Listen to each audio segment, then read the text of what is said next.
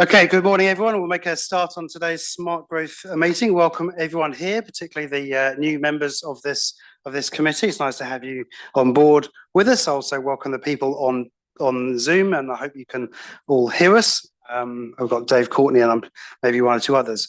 But we'll open with our karakia, and I'll ask Te Pio to do that for us, please. If he's Morena, right here. Yeah. Ai, morena tata katoa. Tautoko hiara I na mihi nei a kia tata katoa. Ko tai a tinana mai kia tātou, ara hoki nei I na kano I hau. E noho ana ki tēnei tēpu, ki tēnei rōpū, hei kai whakahaere nei I tā tātou nei māhere a SmartGrowth. Nō reira, na mihi kawana hoki nei ki a koutou katoa. Ki oku nei tuakana, ki oku nei pāpā, kia mātou nei mārei kura anō hoki, tēnā tātou katoa. Just endorsing the chair's words to us all, welcoming us here this morning, and looking forward to an informative hui. A whakatauki for today, titiro whakamuri, kōkiri whakamua. So look to the past to progress the future. Kia ora tātou. Nō reira kai noi tātou. He honoro he krori I te maunga rongo he whakaaro pai ki ngā tangata katoa hāmene. Nō reira te atua toro mai rā I te ringa kei wainganui ki a tātou nei. Hei arahi rā I nā kaupapa kei wainganui ki a tātou mō tēnei komiti. He whakahaere hoki nei I nā wāhi, nā hāpuri, nā iwi, nā hapu.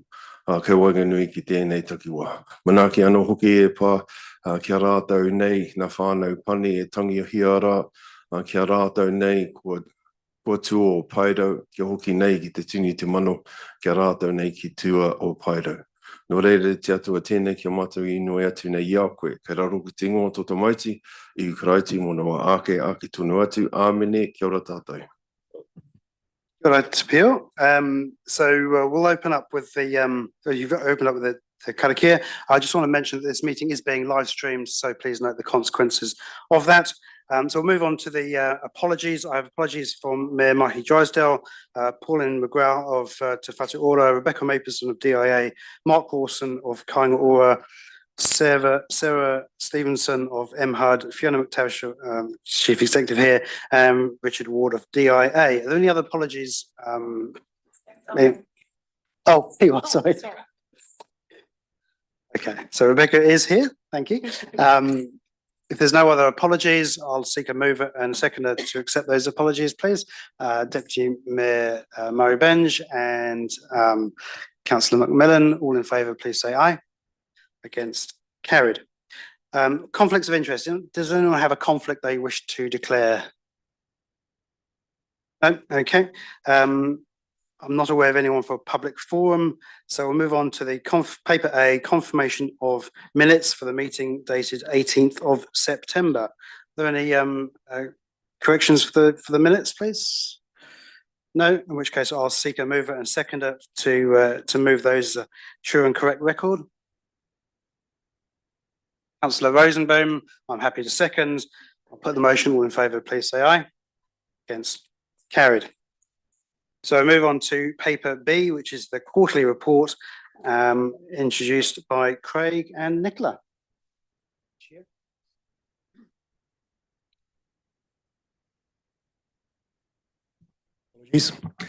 I'd like to highlight some issues in the report, and there are a few items to update as well.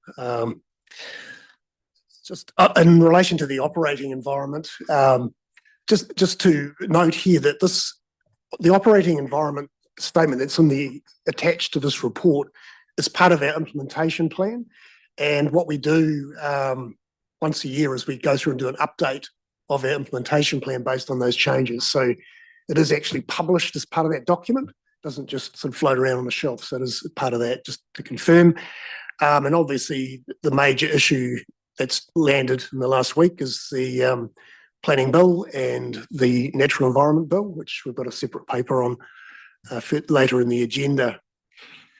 On the implementation plan work streams, noted there the housing system plan refresh, comment there that and this comes out of the implementation plan, the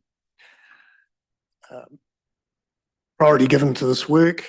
We've recommenced work on this in partnership with Kaingaora, and noting there that the group that was formed has been in recess for more than 2 years, waiting for clarity on the changed policy direction on going for housing growth. And to note here that SmartGrowth, when it set this housing system plan and working group up about 5 years ago, was leading this nationally, and a number of other urban growth partnerships have followed suit. As mentioned, it's been on hold, waiting for more clarity. We've kicked that off. That's had support from the management groups within the partnership to do that work.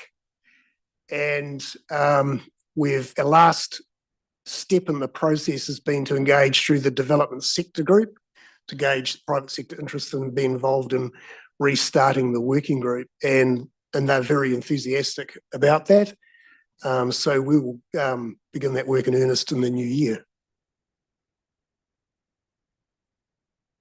Heading down to the population projections update, in a pretty significant update there around recently released Stats New Zealand sub-regional projections for the next 30 years, signalling for the high growth scenario a much bigger population than has previously been planned for in our region.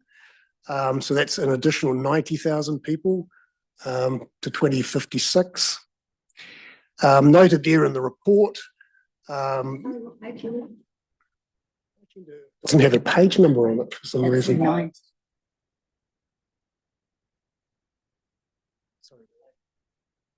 16.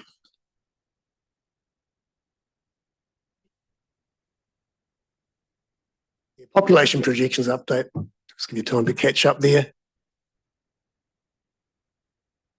So notes in the report there, the intention is for partners to closely examine the projections and assumptions and report back on the implications for regional planning and potential going for housing growth settings. Since this report was done, there has been a meeting between council analysts and Stats New Zealand, and they'll speak to that a little later in more detail. But just to highlight the reasons for those changes is an increase in international migrants of childbearing age coming into the region and internal migration. So the Stats New Zealand are not of a mind to alter those forecasts in terms of a national total, but the interesting thing will come where those growth projections need to be allocated spatially, and that will clearly raise some issues when we get to that step. But they will engage with the partners in doing that work. So it's a pretty key issue. Moving to the next page, on the strategic alignment, Hamilton to Tauranga, the corridor project. This work's been ongoing for several months. The key intention here is to provide an evidence base for integrated corridor planning between Hamilton and the corridor between Hamilton and Tauranga. And it also supports some work that Waka Kotahi are looking at in terms of a corridor transport plan. So there's a close relationship there. That work is progressing quite well. We're now at the stage of partner technical staff formulating recommendations. And the aim is to provide a report in the new year, a common report to Future-Proof and SmartGrowth on the findings from that work, and to progress some joint interregional planning decisions. So that would be common between the two partnerships. Thanks, Craig. Are they going to be presenting to SmartGrowth, like Future-Proof presenting to SmartGrowth, or did that happen when I wasn't here? Because I was keen for that previously, and whether it came through regional transport, regional council, or through SmartGrowth. And I suppose my particular interest is in the passenger rail as well. And there's been a lot of sort of conversations that I've been having over the hill, and I sort of feel like we haven't landed it in this sub-region to have that joined up thinking yet. So I'm just sort of trying to work out, like, rather than just having a report, are we going to have some sort of joined up thinking advocacy presentation, corridor, sort of mutual agreement on some of these things. I can add to that if you like. And I was at the Future Proof governance meeting on Friday last week. So there is a desire for the new members around the Future Proof table, which is almost everyone, to connect with SmartGrowth. So that came through with Robert and Bill as well. So they'll be reaching out at some point to set something up in the new year. The interregional rail discussion, I think there's a couple of critical junctures coming up for Te Huia in particular. So once the outcome of the future of that service is known, I'd say they would probably be in a better position to engage on that, which will be early in the new year as well. There's a report going up this week around requesting an extension of a year for the trial service. So, yeah. So I think the broad answer to that though, Kat, is that we had a joint meeting of SmartGrowth and Future Proof, or at least at the senior levels in Matamata a few months ago. And rail was discussed there. How we land that in terms of involving everyone is certainly something we can organise. Yeah. The only point to add is that it's noted in the report that there is planning underway for an informal meeting in between, so it won't just come cold as a report to the full. I have Councillor Crowther and Councillor Deputy Mayor Murray Benj. Councillor Crowther. Clarify, Craig, the sort of the goal of this now, because it started off as connecting Hamilton and Tauranga and into the, to Auckland. And now it seems to be, if I read between the lines here, it's having growth in small settlements and long distances away from where they're likely to go for jobs. And there'll be more travel, more pollution, more downsides. What are the upsides of this apart from more affordable housing, of course? The goal of the study was to look at the consequences of transport investment in the corridor and the investment that's already in planning. So if all of that gets provided, what does that do to the attractiveness of that corridor? And will it lead to any increased demand or pressure for a change in our current settlement pattern, which is largely focused on Hamilton and Tauranga and the more intermediate sized centres? And was wanting to understand whether what was the feasibility of accommodating that long-term growth, factoring in those investments. Are we on the right track still? And the conclusions that have come back so far is that there's not a need to significantly shift the strategy away from the focus on the two metro centres, but there is a view that there will be some influence, particularly on Cambridge and Matamata because of proximity, and we need to be really mindful of that. The other conclusion is that even though the growth that occurs in these smaller centres like the Tiro or Te Poi may be quite small, it could be quite impactful, given those are very small centres to start with. So it's wanting to understand whether that was going to be an issue.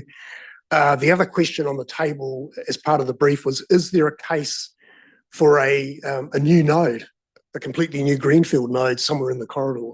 And the conclusion at the stage is that there isn't a need for that. So I think overall it sort of reinforces what we're doing is on the right track, and to create those hubs for things like public transport to work properly. Deputy Mayor Murray Benj. I'm very pleased to be at this table because in days gone by, SmartGrowth had an agreement with government that we would have the growth node at Omokoroa and we would 4-lane to Omokoroa by 2015. It never happened. And so one of the challenges for this group is to make sure that any changes that we introduce are actually implemented. I agree with Kate over there that we need rail for industry and freight, and that is really so important. I'm not sure that we can afford passengers at this stage, but my other comment is when it comes to the development of small areas, on this side of the hill, it's exactly the same. And we've got Pangaroa, Pukehina, and others that really could be expanded as well, rather than in the big centres. And the final thing I want to say, there is nowhere in this report that says that housing is so expensive It is severely expensive. And if you're wanting our children to stay here, to live here, and their children, then we have to have a housing that is affordable. And at the moment, is it not? And so that's why smart growth is so important, to actually make sure that our planning actually reflects the needs of the people. And at the moment, that need is not being met, sir. And so I'm very pleased to be here. Thank you, Margaret. Is anyone else asking a question? So Craig, do you want to continue with your... Just one other comment, and that's just to cover off a point, and there's a section there on the Smart Growth Leadership membership, and I just to defer to Pio, it's also covered in his report. There's a do you want to comment on the regional deal membership change? Make sure it's accurate. Sorry, I haven't quite got that right in my report.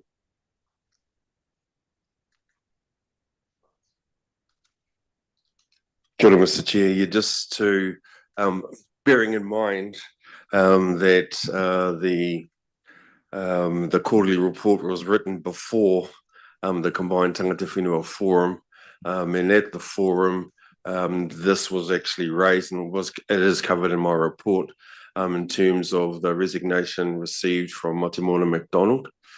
So she is and the alternate for the SLG committee, this committee, and she is also the alternate on the Regional Deals Committee for Tangata Whenua. And at the hui, at the Combined Tangata Whenua Forum last Wednesday, the forum supported and appointed Whitiora McLeod here as the interim, and I stress the word interim, alternate for the Regional Deals Committee. And it's temporary because we're waiting for the outcome of the decisions from the two Western Bay forums for their representatives to be appointed to the SLG committee, which falls in line with the recent elections. And so until we receive those, we won't be able to make a formal appointment of what that of the permanent position once we've got a full representative sitting around the table. I hope that's confused everyone. Thank you, Pio. Those are my comments. Deputy Mayor Skula. Thank you, Chair. And just, I guess, a couple of questions on the report. The operating environment, as you talk about, is changing, and we've currently got significant changes potentially in local government and resource management with a regional deal. And I guess I'm a little bit nervous that this is sort of seeming to carry on as if nothing else is changing. And I feel that we are not recognising well enough how much change is happening. And so for me, we need to start saying, should we be just carrying on as usual on here, or do we need to get some decisions around those national changes that are happening? So that's a comment. Question in terms of the operating environment also is that is there an update on the financials of the cost of the 26 people that are in this room at the moment? Because it's the big reports, and we're talking about other groups and informal meetings, and so do we get so I've got one more question after this. Is there a cost summary of where Smart Growth costs are sitting as at the end of a quarter? I think I'll take your first question, and then I'll pass over to Craig to talk about costs and so on. And I've got one more. I think we all recognise that there's a lot of change in the local government sector, but some of those announcements were made last week, and so difficult to get that included in today's agenda. But it's definitely something everyone around this table will be deeply mindful about, and it's certainly something we can consider going forward. But I'll hand over to Craig to talk about costs. I think that's more his area. The costs for Smart Growth are reported to the Chief Executive Group each quarter in terms of whether the work is on budget, whether there's any variances that need to be addressed.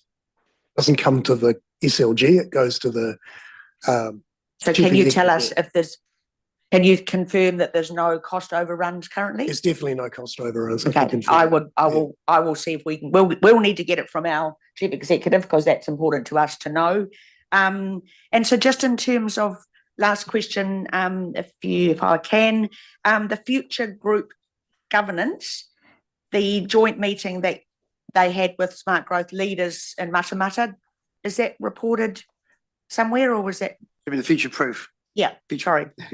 Is it reported somewhere? I think it's in the, I can't remember exactly where. I think it was reported in the last quarterly report. So we've been providing updates each time on that project. In fact, I think it was first discussed in December last year. And then there was a subsequent meeting about 3 or 4 months ago, which was reported. So we've tried to keep the information on that going as we progress. So it'll be in last I'm pretty month's sure it is, papers? but I'll check and see, but Yeah. I'm pretty confident that we did cover that. And so just in terms of the meeting that we're going to have in early 26, our diaries are already pretty full. Can we, if we are able to be part of that informal meeting of the Future Proof group, can that get in our diaries, please? Yes. Okay. Craig, is there anything else, any other points in your report? No further points. Okay, any further questions to Craig about his quarterly report? Okay. Yeah, thank you for that, Craig. A lot of work's gone into that. And I think you need to read that in conjunction also with the development trends reports, which are quite comprehensive. And thank you for that. Just an observation, there's a lot of mixed messages coming through. And I want to just add to what Councillor Margaret Murray-Bench said.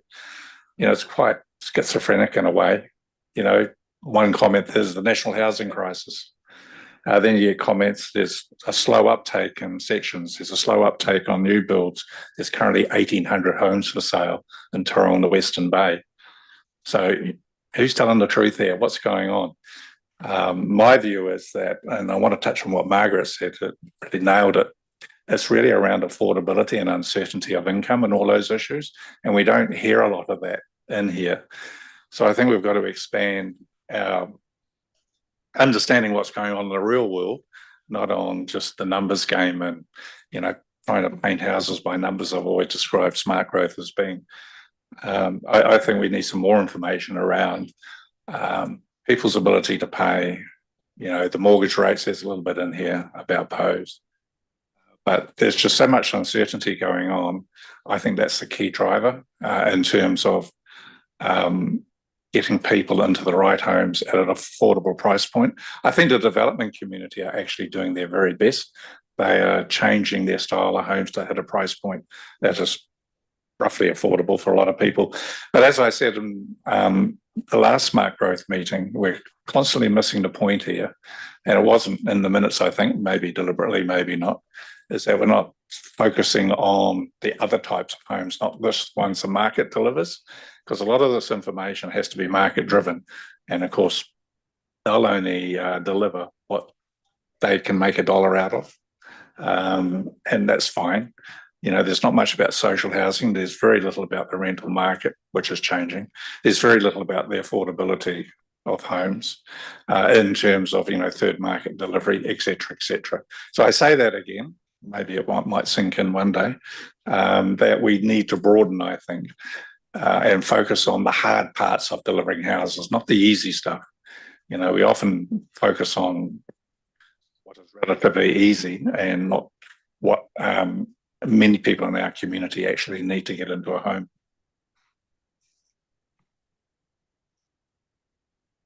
A couple of comments there. The Western Bay District Council did some good research quite recently on some of those stresses and issues that sit behind the numbers for housing.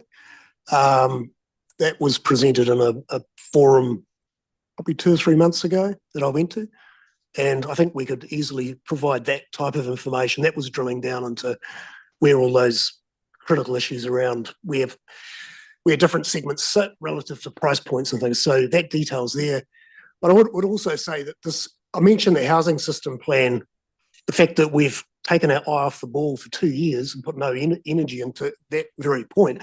because that housing system plan exactly does what you're talking about. 2 years ago, a decision was made to put that into recess and do no more work on it. And I don't think that was a great call in the end. So hence the impetus for getting this back up and running. I think, certainly the feedback I got from the development sector group was they're looking at all these changes ahead, and they're complex and they're difficult. They want to understand them, and they see a real opportunity to do that collectively with other partners, whether it's councils or other developers or the community housing providers, that there's a shared understanding of what the issues are and also to find those solutions. So I think that's a step in the right direction to do that.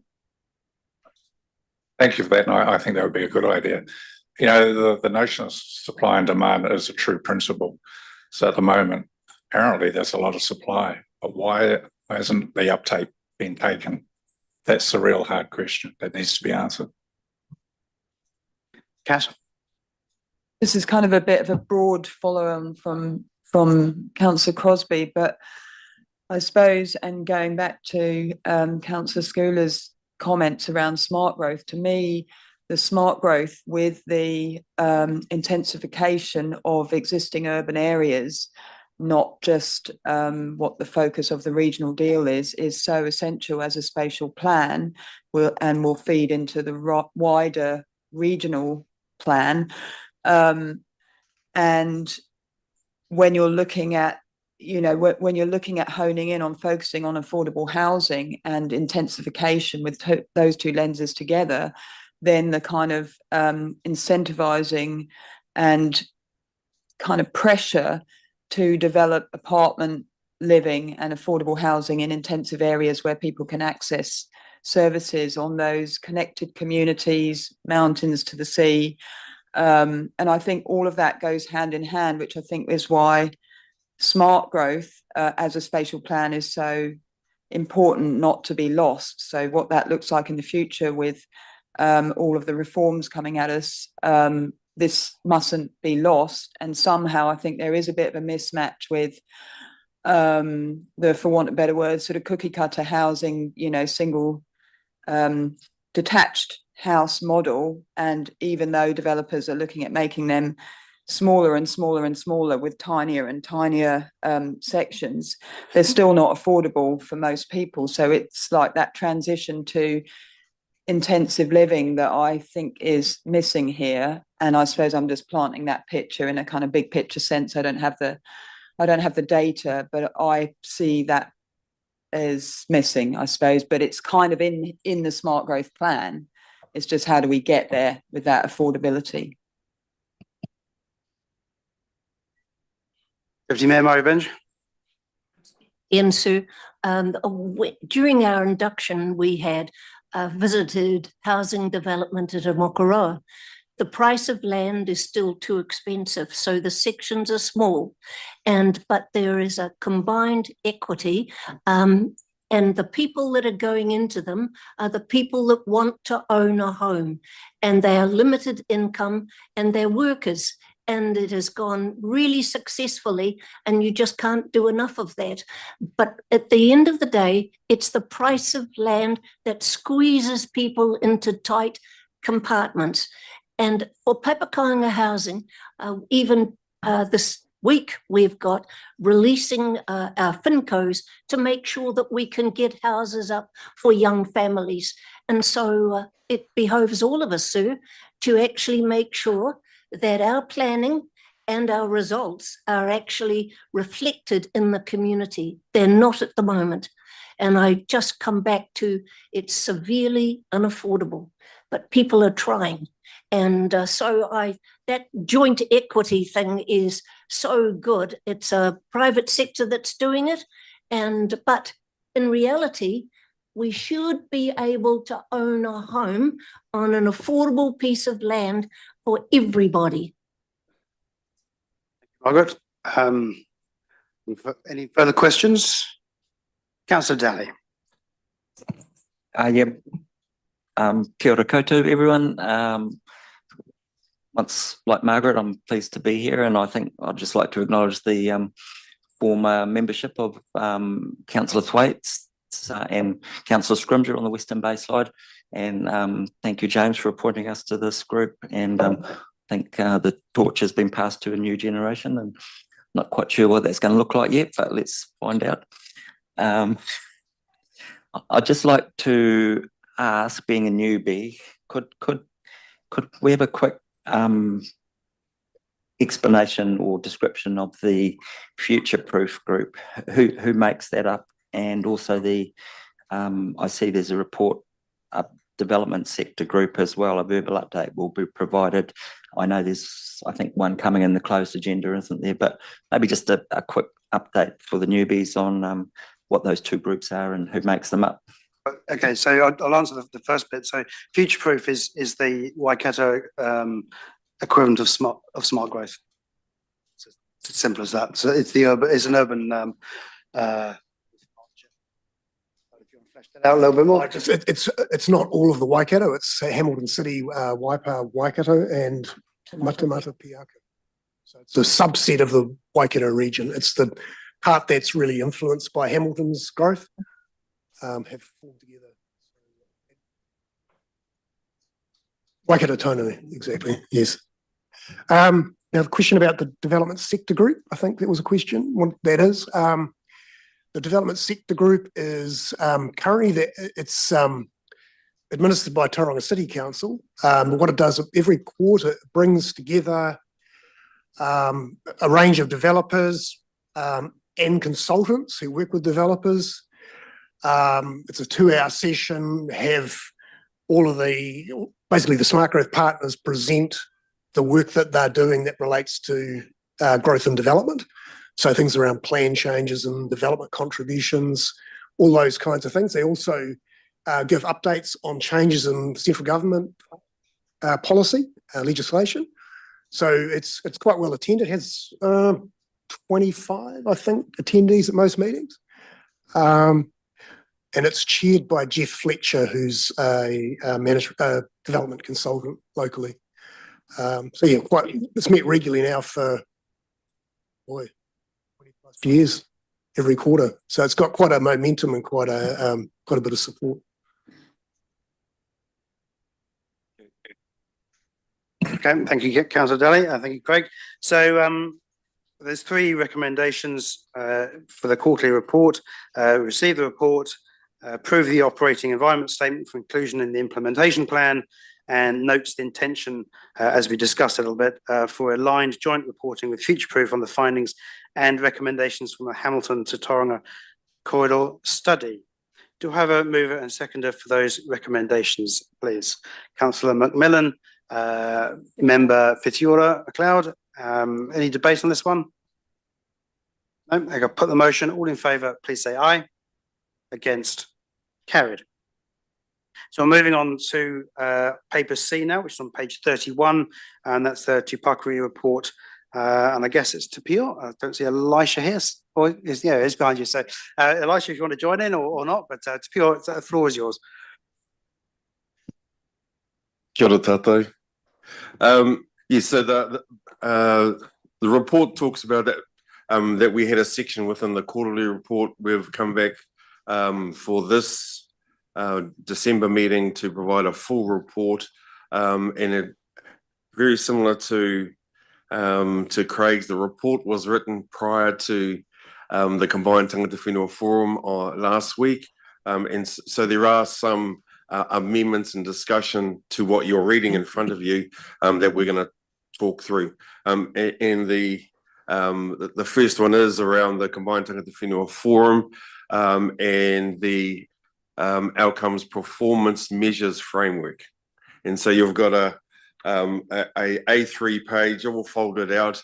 So that has been reviewed and amended at last week's meeting.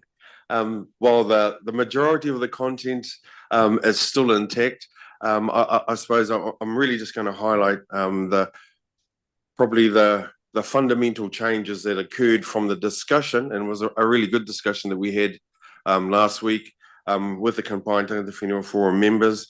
And in fact, yeah, the first page in terms of the overview for the has been wordsmith. So, but basically the the content of that first page has No, we need to, basically well, survived the we are final review. Just to look at it and really check the wording.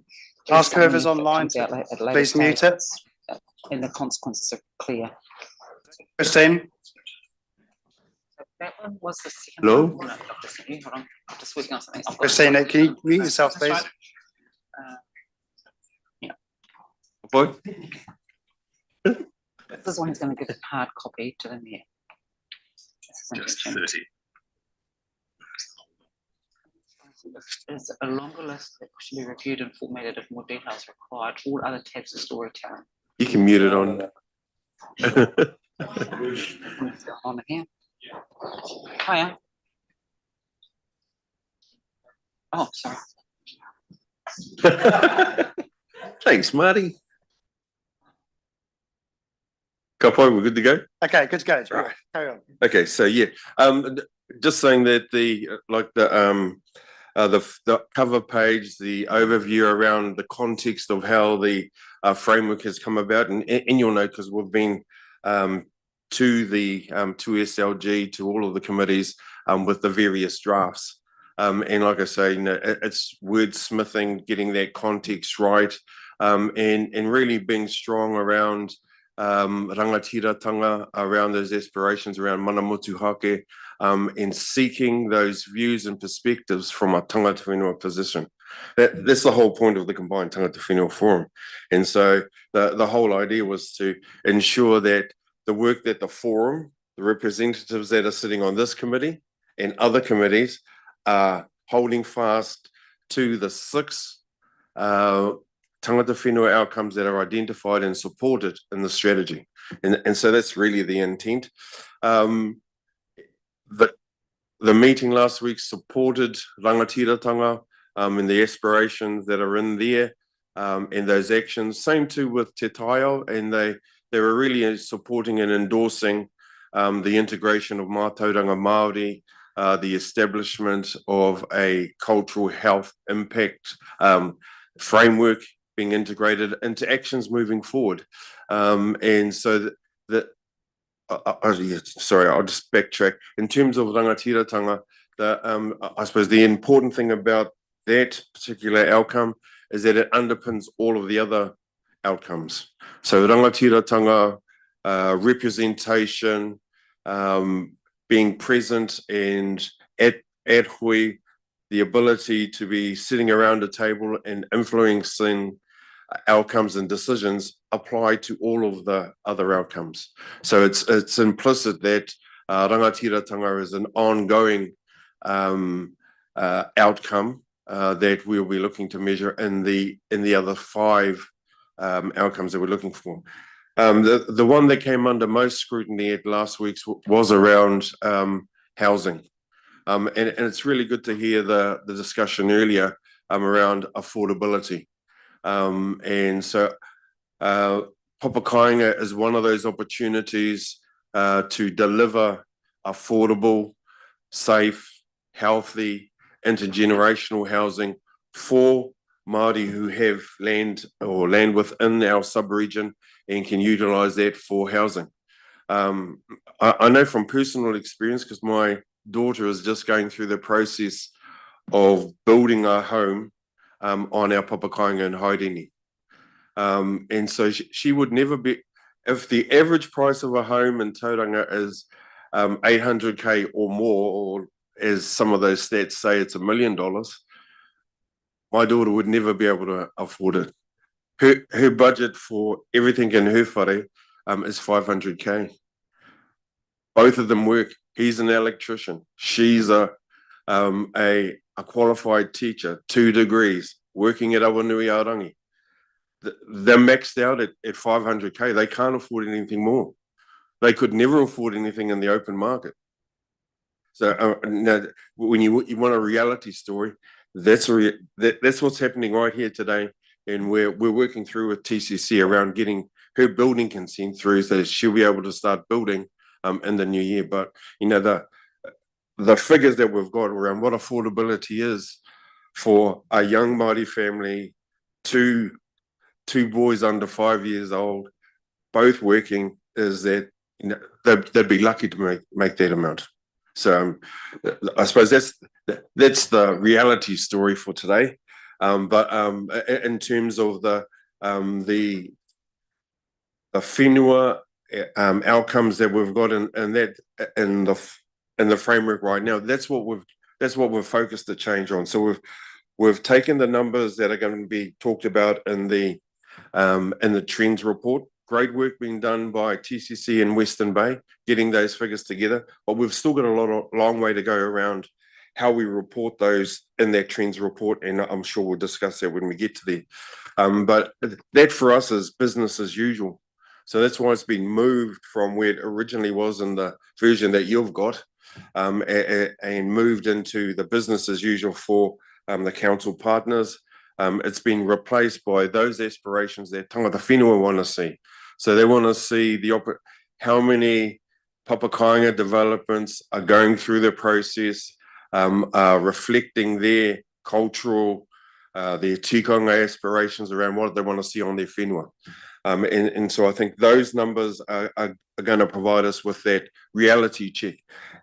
And in fact, the figures that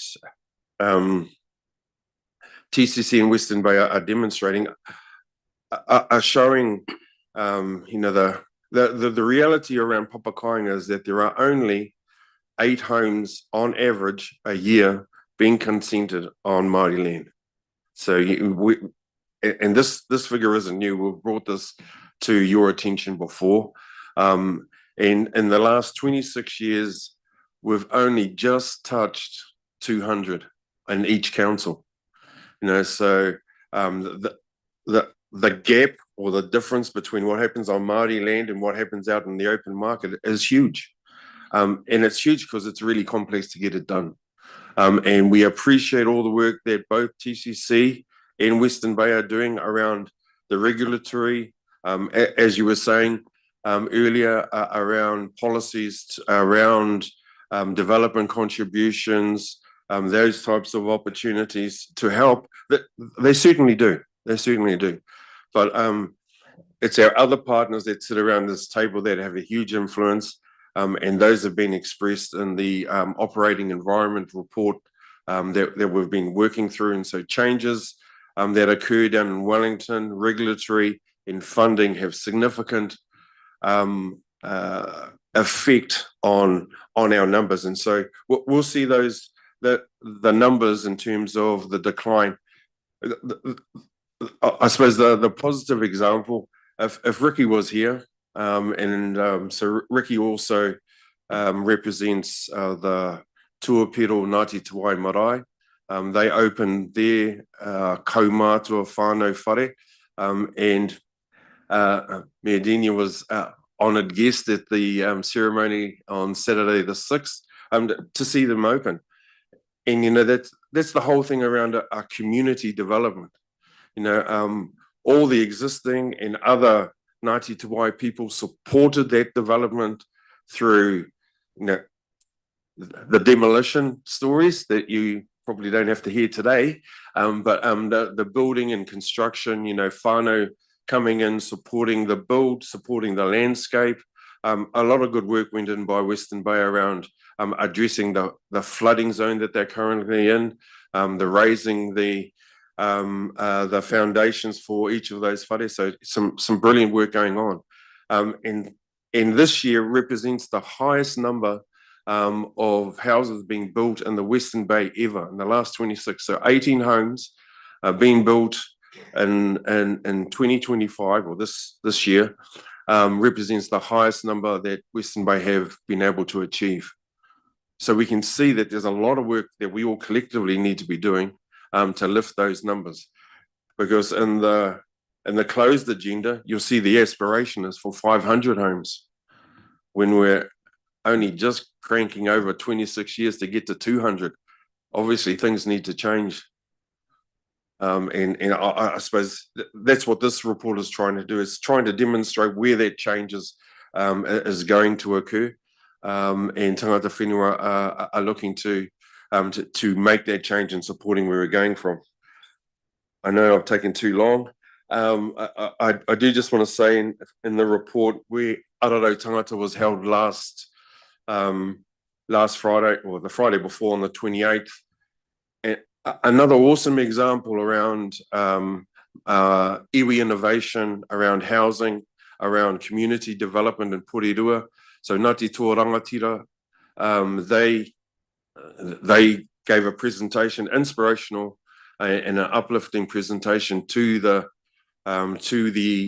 audience at Araro Tangata, around not only what they were able to achieve in working in partnership with their council, with Porirua Council, but with their community. They're now one of the largest social housing providers in New Zealand. They will, if not equal to accessible homes in terms of the housing and development that they're doing.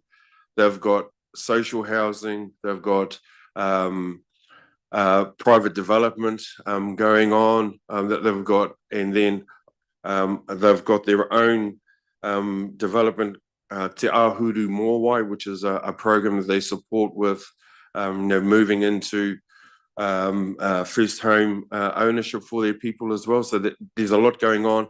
And then there were other presentations as well.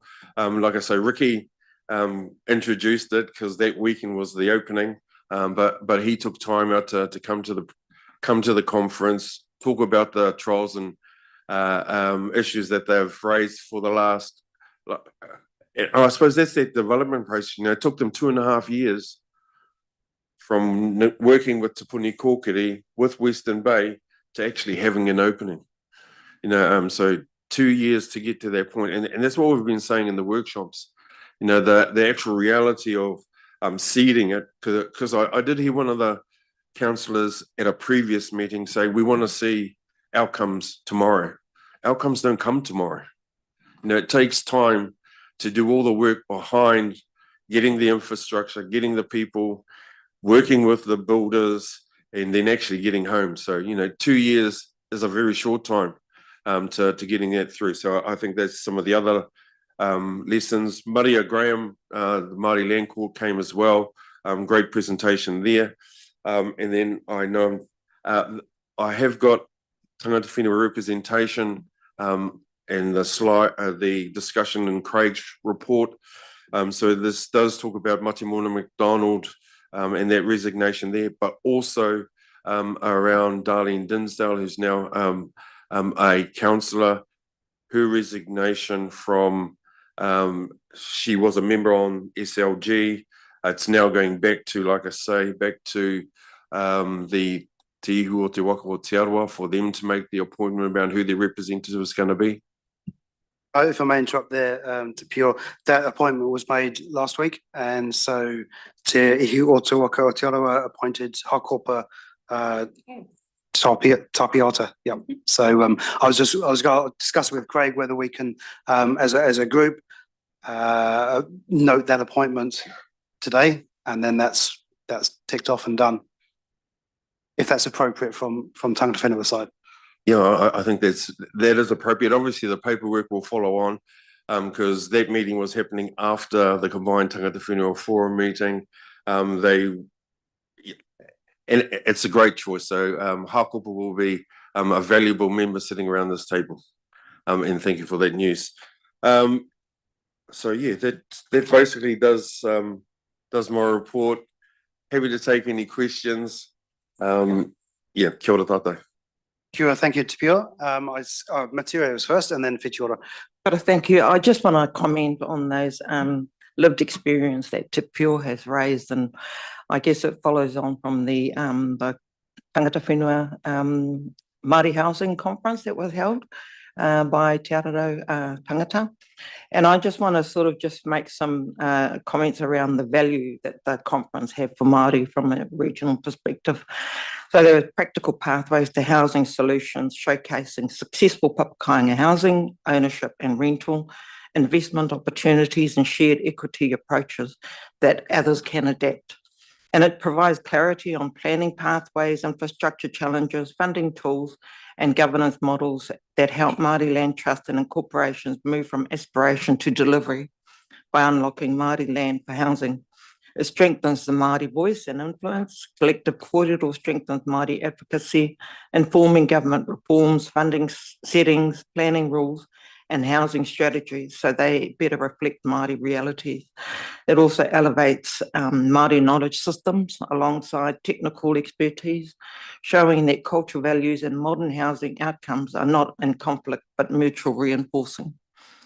Supports Māori economic development through construction design, planning, environmental management, and a long-term asset stewardship, creating jobs and skills for whānau. So in short, the Māori Housing Conference is not just a sector event, it is a collective kaupapa that advances housing as a foundation for enhancing mana, wellbeing, and rangatiratanga for Māori as a whole.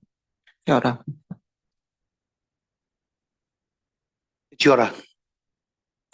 I just want to add to Peel's report about Araro Tangata and the report from the CEO of Te Runanga o Ngāti Toa Rangatira, Helmut Modlink, just about wastewater, and they've got an innovative developed an innovative way of collecting and getting rid of the waste like that, and I urge people and even developers to have a look at it, because they've got a system where the footprint of the whole mechanism is about a 20-foot container, and it takes care of 1,000 houses, I think it was. You know, and that's what was pretty inspiring to us the other day. You know, like, so I'm just making a statement, I suppose, and hoping people will contact this group to have a look at how they're getting rid of their waste. You know, like if it's a 20-foot container footprint, you know, way smaller than the one at Tamanga there, doing 1,000 houses. So, you know, it's just an extra bit of a report on that. Thank you. Thank you, Whitiora. Deputy Mayor Murray Bench. Delighted to see Tuapiro going so well, and Sean Kingi has to be acknowledged as a true leader in that environment, and he surrounded himself with capable people, and look at the result. But Mr. Chairman, what I want to say is, in Bethlehem, on Bethlehem Road, there's a church, there's a marae, there's a reserve, and opposite there's a whole lot of land where papakainga housing should be developed. The schools are in the area, everything is there for them. And I had to look across the fence and see this vacant land where people should be living. Our young people should be living on our own land. It's affordable and not getting off to work in the mines in Australia.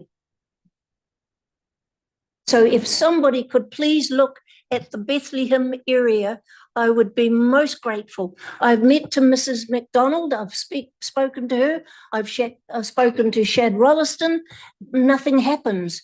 And could I just challenge you to have a look? Love a challenge. Thank you, sir. Thank you, Tuapiro. Deputy Mayor Skula.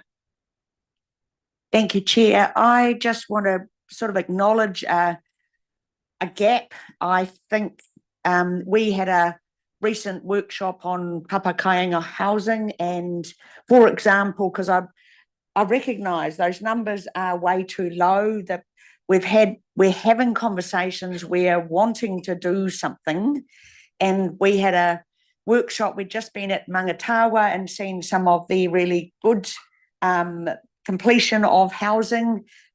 We had a example of, I think, 5 different areas for papakainga housing that were stuck before the first stage of development, because the numbers that were put up were 14,000 to 19,000 per dwelling of initial design consultancy fees before consent.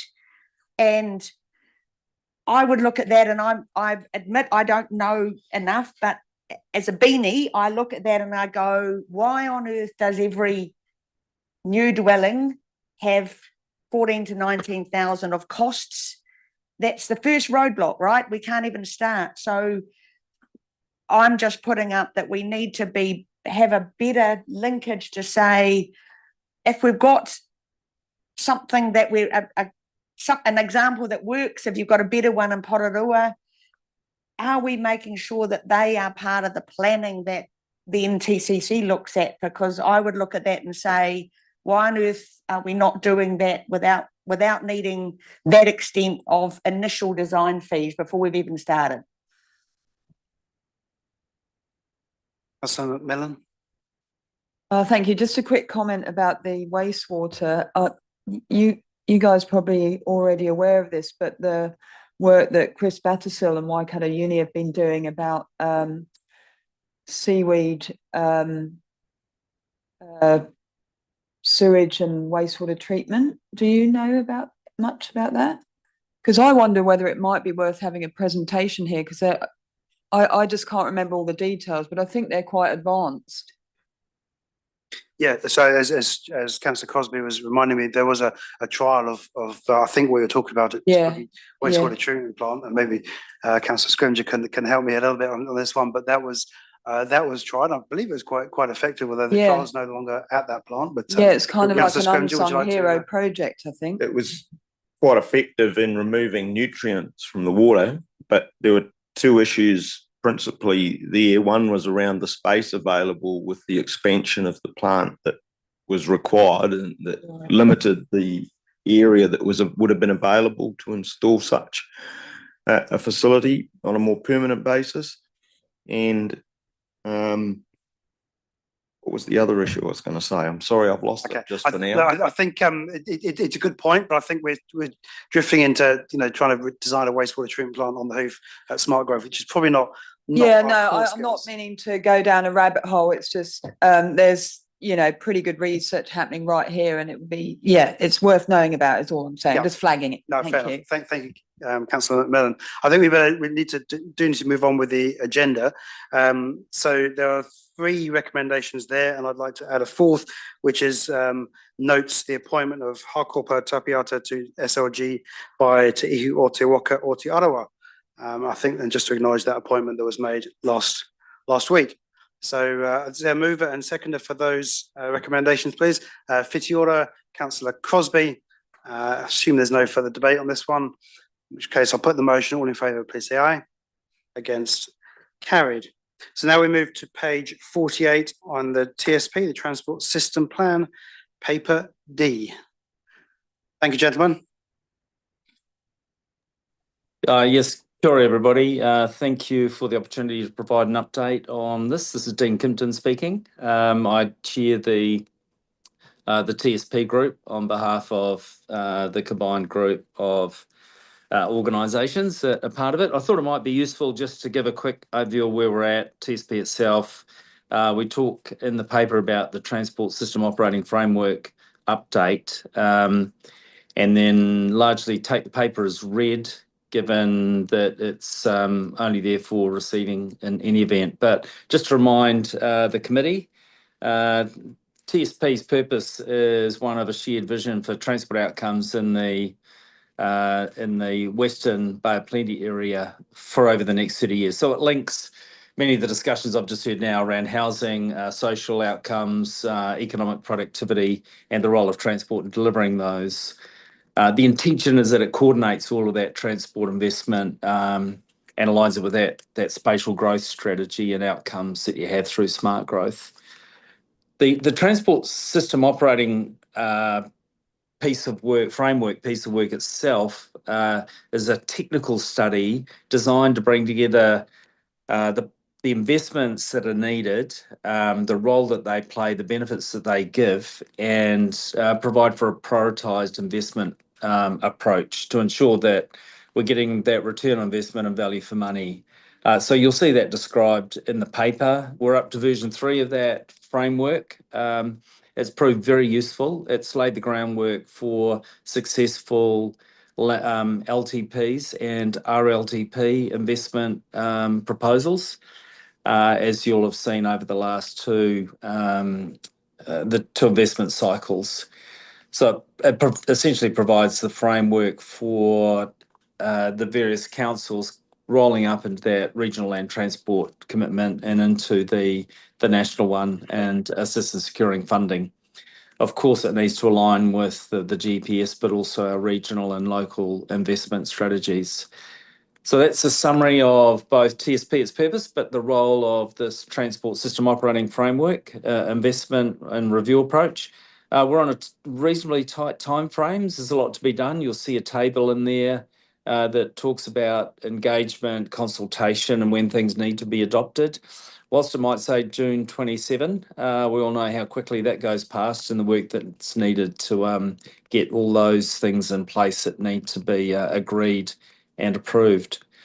Also within the paper, you'll find a number of project updates, which I won't go through for now, but I will take as read. On that note, I'll hand it over for any questions, and thank you for receiving this paper.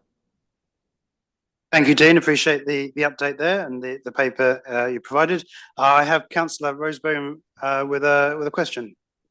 Yeah, thanks very much for the report, much appreciated. Just a point of clarification, page 52, in regards to the Omanawa Bridge, construction contract awarded September 26. Are we predicting the future? Or was that 25 that was awarded? Yeah, I saw the same mistake. Thank you for spotting that one. And yes, I can confirm it was 2025. If I could predict the future, I probably wouldn't be doing this job.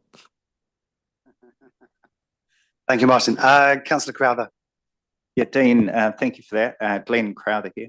I've got a comment firstly, which is please don't consult in Tauranga City Council area between November, December 2026. We've tried that before with transport half a decade or decade ago, and it didn't go down well. So not in the Christmas period, please. Two questions. One is, what is the reporting to SmartGrowth as distinct from the reporting to the Joint Transport Committee? Like, can you explain what you report to here and what you report to at the other committee? I do understand a lot. To be fair, Glenn, I'm not 100% sure of where I understood there was a review of the Public Transport Committee and given recent elections, so I would have to be guided on where that is. But from my perspective, whatever goes through that Public Transport Committee and comes into SmartGrowth would be very similar in nature. I can't imagine that we would want to report anything different at all, to be honest. I guess my point on that then is that at the Joint Transport Committee, so it's not a Public Transport Committee. Sorry, but at the Joint Transport Committee, it was agreed a year or so ago that TSP would report to that committee and that it would just be strategic issues would go to SmartGrowth. So I think when we look at the future collectively of that committee, which is something that I know Tauranga City Council staff are keen to keep, but I know is a live debate at the moment. I think it'd be really good to understand what the implications of that are for SmartGrowth leadership group and the frequency of the meetings of the SLG. The other question I had was, what has the input been from TSP into the regional deal? Because I note that we're getting less funding now proposed in the proposed regional deal for transport than was on the table under the previous Labor government. And it just seems a strange thing in terms of the amount of money and the actual projects as to where we've gone and how far we've strayed from the TSP. And I'm wondering, did you have direct input? If so, how much input into that process, please? TSP is through the executive governance group as an entity hasn't had input into city deal negotiations. That's sat with the respective CEs.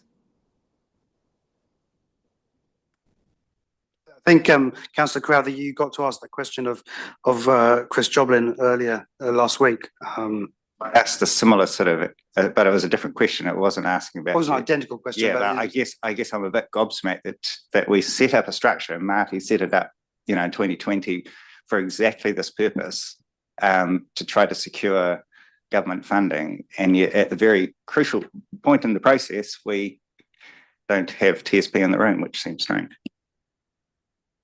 TSP is Deputy Mayor. Oh, sorry, Dean, go on. Sorry, TSP has always led through the different partner organisations, so we've never we've never taken a seat in the front row in terms of negotiating on behalf of. We've enabled through quality of information, consistency across the different members and approach, and made sure that we linked transport investment outcomes with UFTI and smart growth objectives. But so look, I would have to defer the question that you've asked, Glenn, around the degree to which transport outcomes inform city deal negotiations to the respective CEs. As an entity, we haven't been directly involved. I think it's fair to say that input for transport into the regional deal has come from, well, informed by TSB ultimately and smart growth, future development strategy, and all the work that's gone behind that, but they've not been involved in the room trying to negotiate it with us. Correct.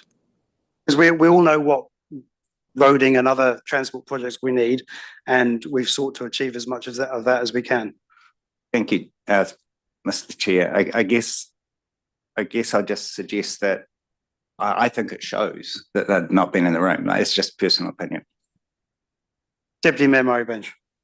When it comes to slippage, sir, the slippage that occurred in 2017, as I said before, Te Puna to Mokoroa was meant to be 4-laned by 2015. The previous government took it off the 10-year plan. That's the slippage of the worst kind. And for the time that we are here, which is limited, we have to be very determined to make sure that whatever regional deal we have, that it is implemented and continues on regardless of who is the government. I think that, sir, is a critical question. It's a critical question for tomorrow's meetings. I don't think it's a critical question for today's meeting. Just to keep it in mind, sir. Yep. And when it comes to bus lanes and buses, I'd love to have someone actually talk about Hewlett's Road and a bus lane that nobody uses. And so we congest to Hewlett's Road, and certain times of the day when the extra lane is needed, you can't use it. But however, sir, that's not what I wanted to say. I wanted to say how delighted I am that the work that is going on around the Tauriko area in transport planning is absolutely wonderful. And I cannot stress that enough. You know that houses are going to come when we get our roading network done, and the Omanawa Bridge, that's been dodgy for a few years, but that's going to be replaced as well. And so that's good news. The intersections up at the top of Kaimai, sir, which you've heard me talk about forever, I look forward to the regional deal, including that upgrade. For the fellow who's listening on the screen, sir, for you, those intersections are really, you cannot have people crossing passing lanes, traffic coming up the other side, and people fearing for their lives trying to get off the highway where they've got farming and housing. So Pori Road, Old Kaimai Road, Soldiers Road, they all need attention. And so that's one thing, sir, I'll keep on about. But I must say, I am excited by the amount of roading development that's being done and opening up the land for residential development and industrial. Thank you. Thank you. Okay, are there any other questions for Dean on the transport system plan? Councillor Daly? Just to follow up on Councillor Crowther's question about the alignment between TSP and the regional deal. On page 4950, there's talk about this TSOF version 3 review, which is being conducted by Becker Limited. And it just seems inconceivable that the additional phases following the phase 1 technical review will be required to ensure the updated prioritised program can integrate with respective partner processes, notably LTP and RLTP processes. These key plans have been mapped out and may include targeted modelling, LTP costing updates.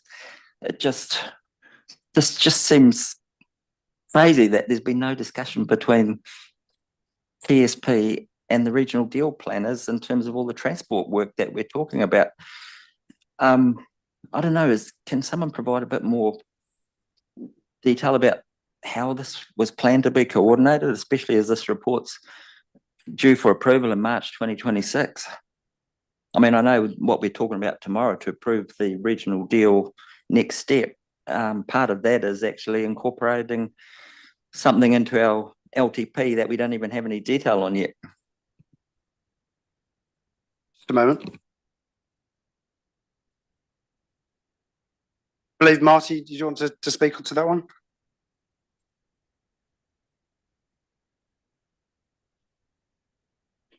Thank you, Mr. Chair.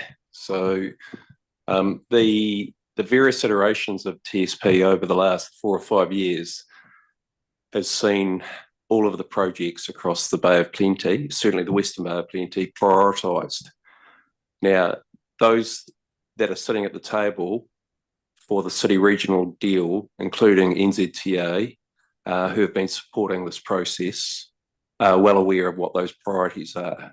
So any conversations in relation to any transport investment are well aware of the TSP and what those priorities are across the sub-region. So,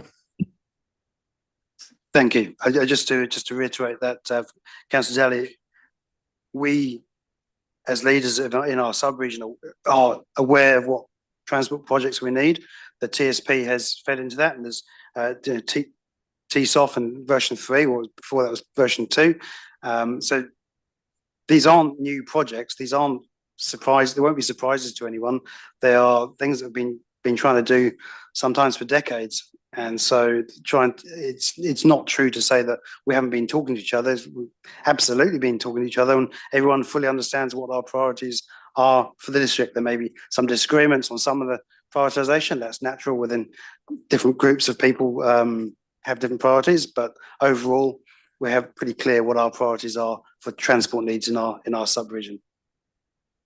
Well, just to follow up, and I referenced the eastern roading network that's proposed in the regional deal that have been identified to support the growth in the east.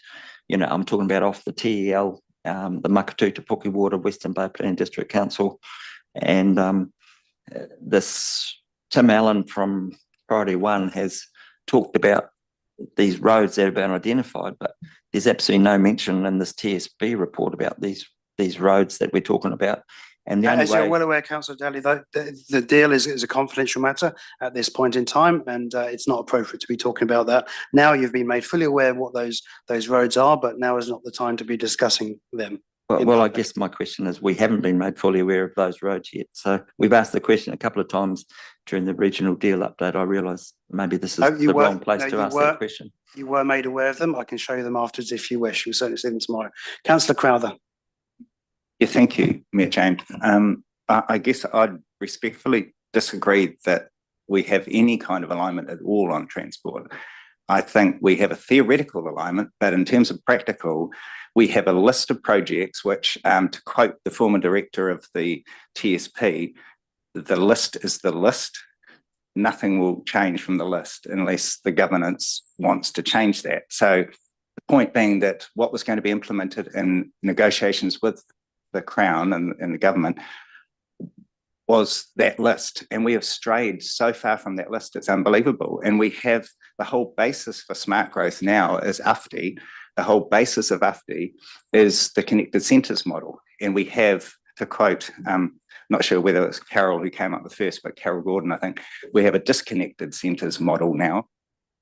And I think that's the crux of smart growth planning and the crux of the regional deal and everything. And to our chief executive's point, he's outlined that we have 3 city centres effectively in progress in Tauranga and the Western Bay. We have the Tauranga CBD, we have Tariko, and we have the Eastern Centre. And I think we don't seem to have anything that ties that together within the smart growth regional deal planning, but we do within TSP. And I think that's the disconnect that I presume Councillor Dowley is looking at. And some of the smaller roads that he's talking about are perhaps minor matters compared to the fundamental philosophical thing, which is, are we following the TSP when we negotiate with the Crown, or have we moved from that? And if we have, it'd be really good in this committee or somewhere to get some kind of insight onto what our list is. Because to quote him again, the list is the list and it won't change, we're told. The roads that are being pursued on the regional deal are all those at the top of the list on the regional land transport plan. I believe the list is very, very different to what we are pursuing. I think that's my point. But I mean, I don't know how we can resolve that, but I think at some point it'd be great for Smart Growth to look at it, or to have the joint committee survive and to do what it was going to do, which was to look at why there is such a big disconnect. Maybe something to discuss at your council meeting tomorrow. Are there any other questions on the TSP? I've just got a comment. I'll just say NZTA does support the TSP. We're around that table as well. It is a useful tool in terms of helping inform an RLTP, NLTP, and the constrained funding within the National Land Transport Fund itself. And it does help us understand the priorities of the region. So that's the NZTA perspective. I won't speak to the regional deal, obviously. Thank you. Thank you. All right, so there's a recommendation to receive the TSP update. Can I have a mover and a seconder, please? Deputy Mayor Murray Benge, Councillor Macmillan, all in favour, please say aye. Against? Carried. Thank you very much, Dean. Thank you. Kia ora. And moving on to the development trends report. Actually, I was just wondering, do you want a bit of a morning break from morning tea, or we all good to go? That's one more item, and then we'll have a short break. But if we go with the development trends report, right, paper E on page 53, and we'll try and get through that.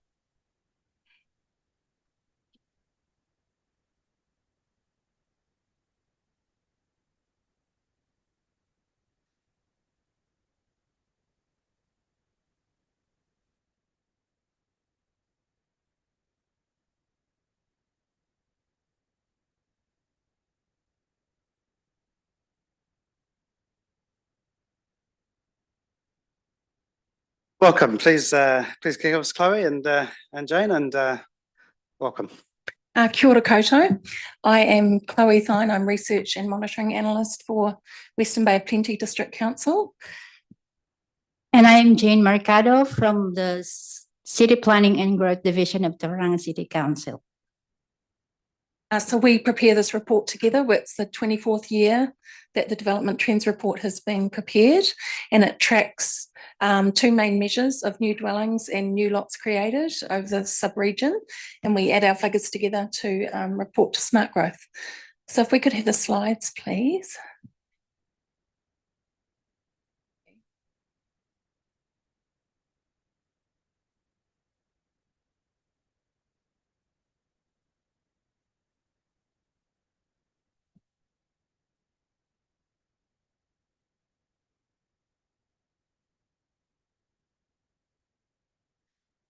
In the meantime, I might just give you a few figures. I appreciated what you said, Councillor Crosby, about what's behind, some of the decline that we're seeing in a lot of houses on the market and lower uptake of new builds, is that net migration for the country has plummeted this year and the year before. So we used to have 2.3% growth and then down to 1.7%, and this year it's only 0.7% growth for the whole country in the last year. So we tend to benefit a lot from net migration in this area, as we all know. And so to have only 13,700 new people into the country this year is the lowest it's been in about 13 years. So that is very low. So growth in Tauranga City was 0.1% this year, which is the lowest it's been since 1996, and 0.4% in Western Bay. So we are suffering from low net migration at the moment. That is definitely a driver of lesser growth in this area at the moment.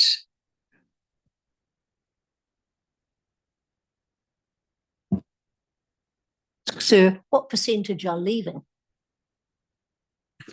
That's a very good question, Margaret, is the people that are leaving tend to be our younger childbearing age, people of a certain age. My daughter is living in Edinburgh now, she's 30, and all her friends are overseas at the moment, and they're all madly enjoying their 3-year visas and, just living overseas, and where they will land, who knows. And the exodus to Australia at the moment is quite significant for our working population where jobs are uncertain. There was some PowerPoint slides, an actual slideshow. Has anyone got that? Sure, we can just read off those actually, the ones up there. Yeah. That's fine. If we could move on to the next page, please. It's called New Dwellings. Oh, we'll just skip over that, Jane. Okay. One of the measures that we have for development is residential, and we have the new dwellings consented. You can see from the graph that we are now at a low level, which is somewhat the same as what we experienced back in 2010 and 11. So yeah, the sub-region in 2025 has an increase of 5% of new dwellings consented, and that's from 782 dwellings in 2024, and now we are at 820 dwellings. That 5% increase is attributable to more residential development in Western Bay of Plenty District, which offsets the reduction in Tauranga City.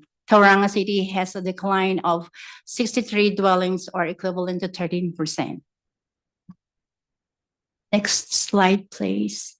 Oh, I must say that in counting the new dwellings, we don't count the transportables as well as the replacement for existing dwellings that will be demolished. Next slide, please. Councillor McMillan. Oh, sorry, just on that. So if you demolished a single house and put a block of 4 townhouses, does that count as 3 more dwellings? Or yeah, so you would add them up if it was intensified.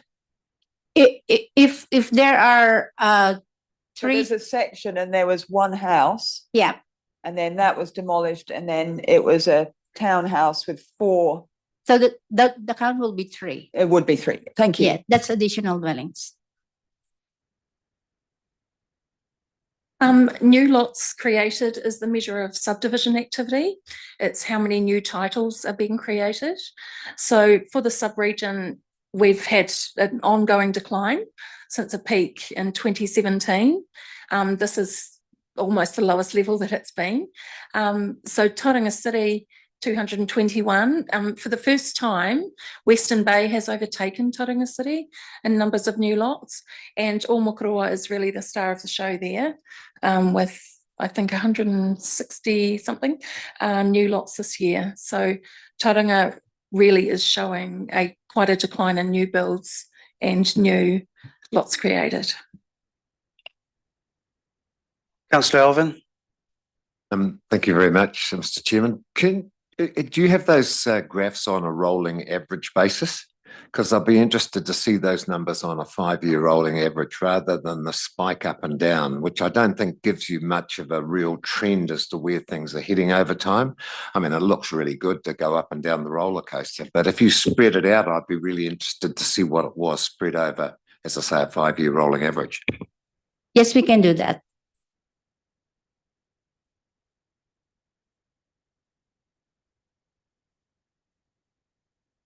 Oh, sorry, Councillor Scrimger. Thank you.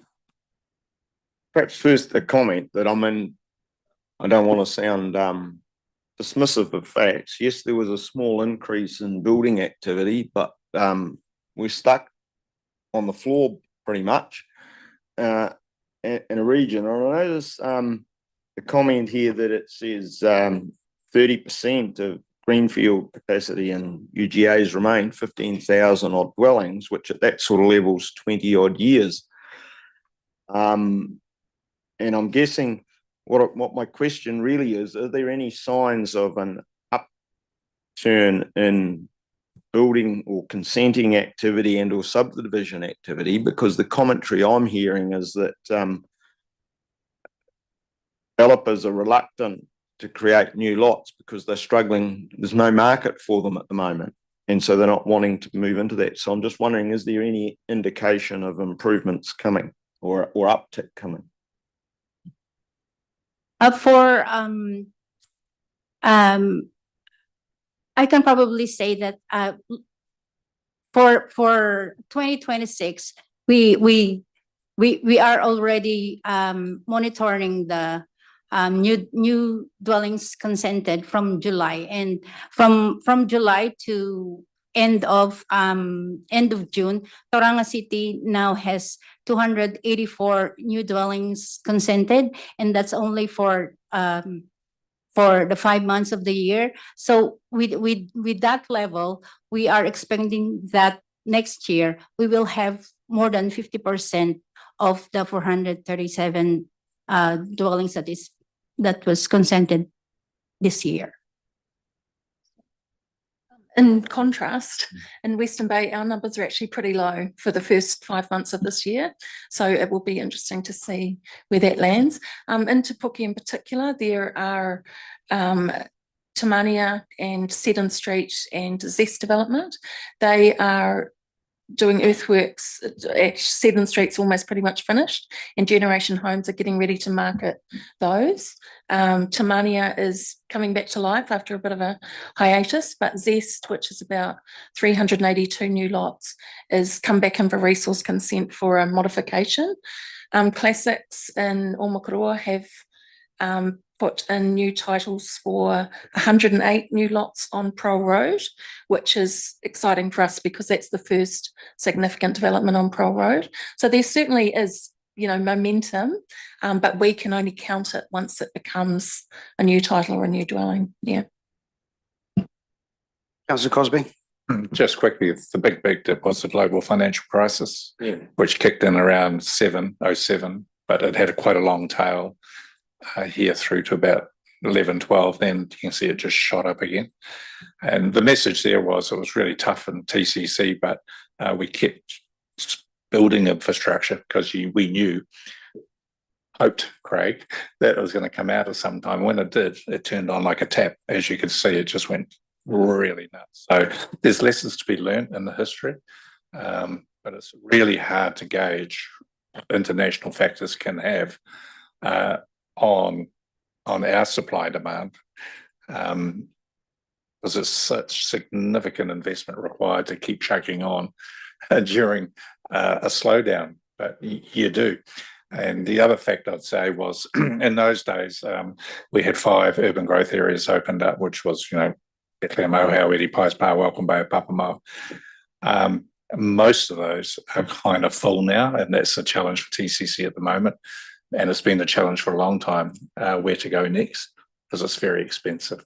And I think that expense and the market and a whole lot of other conditions are manifesting itself now, and affordability, through these diagrams. Deputy Mayor Murray Bench. The Tyndall group that's working with young couples out in Omakoroa and enabling them to get into a home. But it would be interesting to know of the young people who leave for Australia, and as Richard Preble says, it ain't that good over there unless you're in the mines, and house prices are going up, rents are going up, and it's difficult. So for our young people who need to be provided for, do we do any research as to why they go and what would help them to stay? Is it home ownership? Because I know from Omakoroa that people are so grateful to be able to have the system that's been developed that enables them to own a home of their own.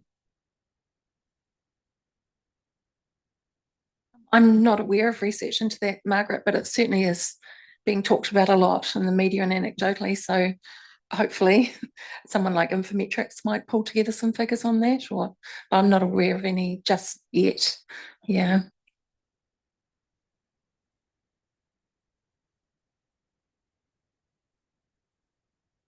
Quite a few slides, so we'll try and whip through them at a decent pace.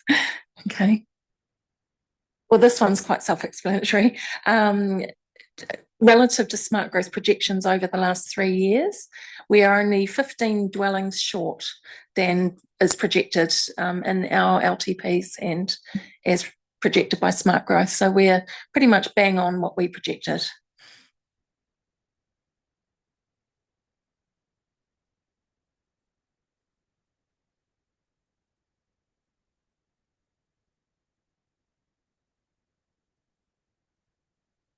So in Tauranga City, out of the 437 new dwellings consented in 2025, 57% of those are located in the greenfield areas. And that includes Wairaki, Papamoa, and Paispa West. 43% of the dwellings were consented in the infill areas in Tauranga Infill and Coastal Strip. Next, please.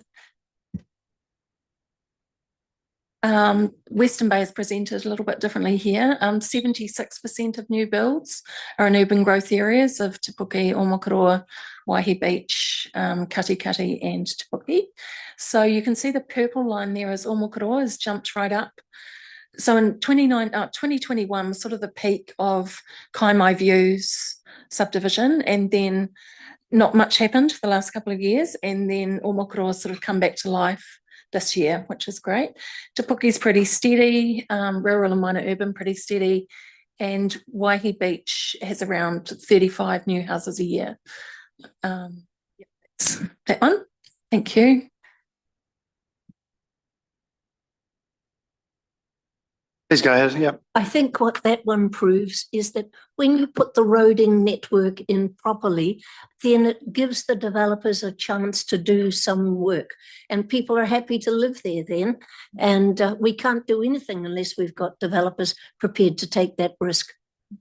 Thank you. This is where we compared the smart growth region with future-proof Wellington, Queenstown Lakes, Christchurch and Auckland. So we had all been following a similar downward trend until this year, and then Auckland and Queenstown Lakes have had a bit of an uptick this year in new dwellings. Councillor Crowther. Just a quick comment, because I love the report, all the details, but could you next time use vastly different colours for each area, because it's really hard to sort of see which one's which at a glance. We've used their branded colours, but yeah, that's fine. Yeah, sure. Next, please. So this is median selling price in Western Bay and Tauranga City. Western Bay is just over $1 million and Tauranga City just over 850,000. And that's a 12-month rolling average. These figures, yeah.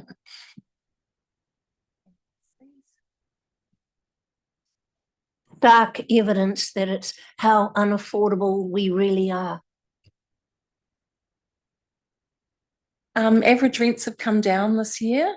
We know that anecdotally that people aren't sort of willing to move so much now, and they're already paying quite high rents. So there's a lot more rental stock on the market, and people are, I guess, pushing back a bit at having to pay such high rents.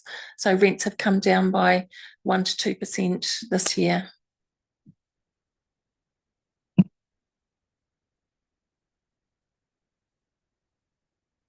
We are presenting here two measures of housing affordability. One is mortgage affordability, this slide. The mortgage affordability is a measure of affordability, which is based on the mortgage payments changes relative to the changes in household income. So we are now at 42% for Tauranga City and 38% for Western Bay of Plenty District. So can you explain that in a little bit more detail? What exactly does that 42 or 38% number mean? So that means the household income, the changes in household income is greater than the changes for mortgage payments. So that is positive. It's very closely tied to interest rates. Obviously, you'll see from, I can't read exactly where that is, but that interest rates have come down. So mortgage affordability has become positive rather I than just don't see negative. why it's a percent. I'm unclear as to what that represents exactly. The changes is based on the indices that MHUD produces. So we are getting the data from MHUD, and the explanation is that the mortgage payments changes are compared to the changes in household income. So the change has been positive now compared to last year, which is 42% and 38% for Western Bay of Clinton District. It means it's got 42% better, doesn't it? Effectively. Yeah. Mortgage payments has become more affordable.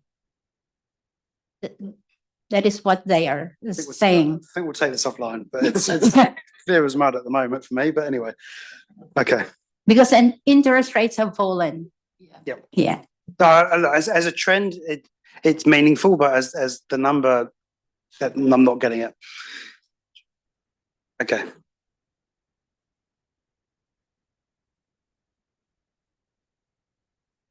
This is another measure of housing affordability. Deposit affordability is based on the changes in house prices relative again to the household income. So you will note that affordability has fallen to just 5% for Tauranga City and 2% for Western Bay of Plenty District.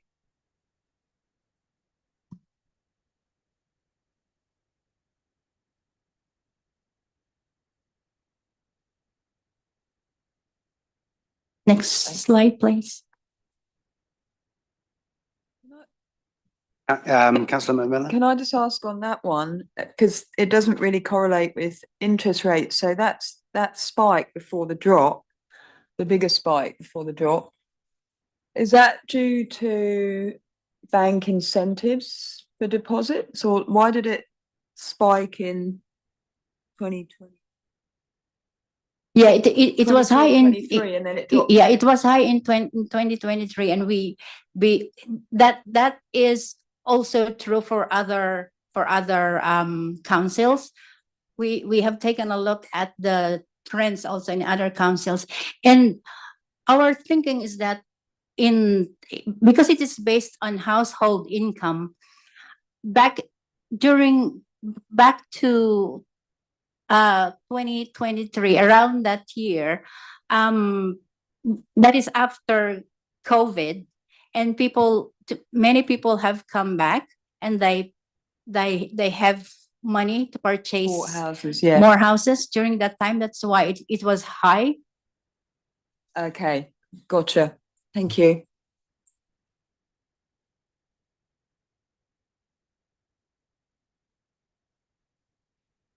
So over time, as we know, with more proliferation of multi-unit developments and more intensification, average floor area over time has declined, and it's down. Oh, sorry, I'm trying to read it. It's up actually, 13 square metres for Tauranga City and down 6 for Western Bay. And for Tauranga City, that is because there've been more standalone dwellings built this year than a whole lot of, say, Kāinga Ora multi-unit developments and things in the last 2 years. So they've fallen away a bit this year, and that means that average floor area has gone up for Tauranga City, whereas it's continued its decline for Western Bay. Brisbane, and then Councillor Scrimger. Yeah, I've just got one quick question. Does that floor area include internal exhaust car parking? Because it makes a big difference if you add or subtract the garage or carport. Does that figure include or exclude, or is it a combination? So we don't know the actual floor area, the actual livable floor area versus what's total concreted floor area for your vehicle. I think if the garage is attached, then it is included. But if it's not, then it's excluded. So Scrimger.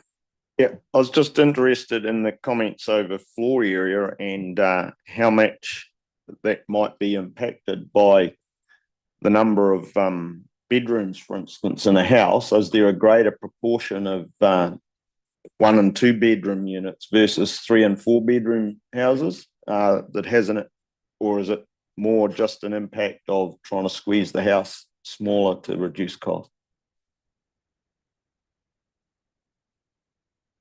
If, can we have a look at at one of the bar graphs for housing typology? Maybe we should come on to that when we get onto that. Okay, graph. yeah, Maybe yeah. do that. Yeah. Deputy Mayor Sculler?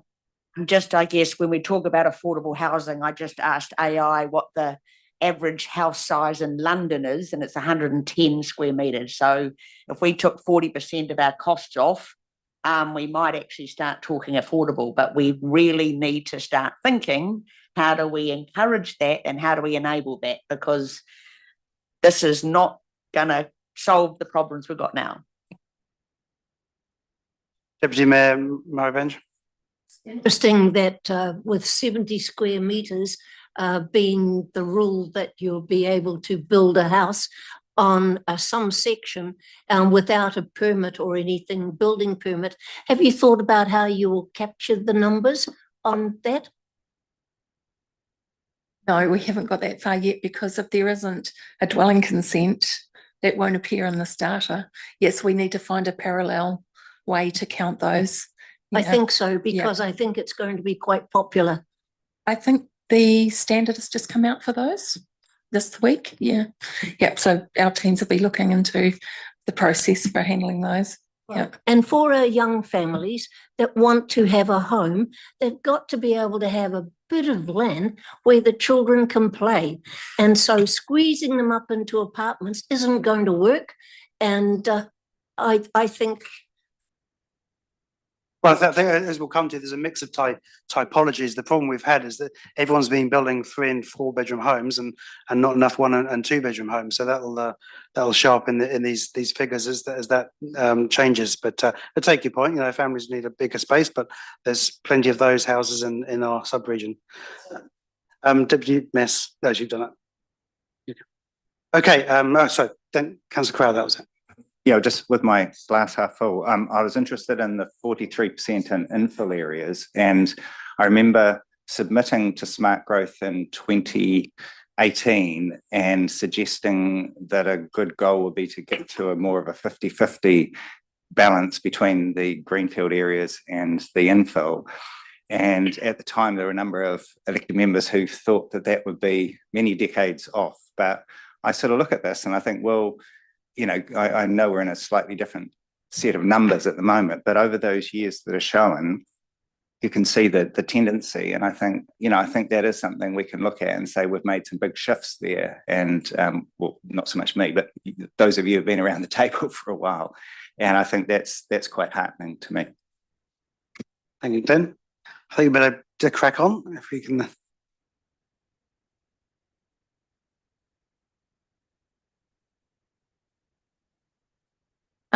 So construction cost has generally just been increasing over time. As we saw last year, it's approaching $4,000 per square metre. We feel there's an anomaly in the data here for Western Bay to drop like that. And we have looked at the data and we can't find anything that's leaping out, but we suspect that they are probably still as close to each other as they were because we are the same housing market. So yeah, we're approaching 4,000 a square metre now to build new homes. I don't think anyone's believing that construction costs are going down. No, with deflation we don't in either. construction. Yeah, So. yeah. So we have looked into that, but it's not apparent. Councillor Osborne. Just a quick one on the difference. Does that construction cost include earthworks? Because I would say on average, Taranga's topography would mean the earthworks cost per square metre would be slightly higher than Western Bay's. It comes from the construction value of the project, which is in the consent. So I'm not sure if that's in there or not. Earthworks. I think it's the build. I don't think it's all that. It's the consent cost, consented of that building.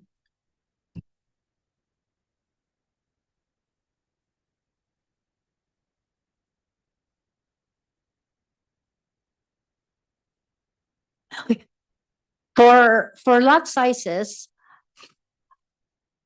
there is an increasing trend for lots smaller than 325 square meters from 2019 to 2024, but that trend is broken in 2025. You will see that there is 40% of the lots measuring more than 1,000 square meters and around 27% of the lots measuring 325 square meters and smaller.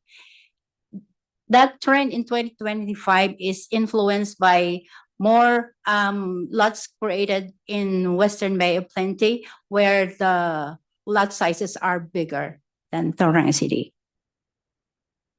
This trend is also related to infill, that, for example, in Te Puke, we're not seeing many new builds this year, but we've seen a lot of those larger, older sites of sort of 1,000 to 1,200 square meters being not necessarily subdivided, but a big house bold and say 4 or 5 units built, so I guess for the rental market more in Te Puke.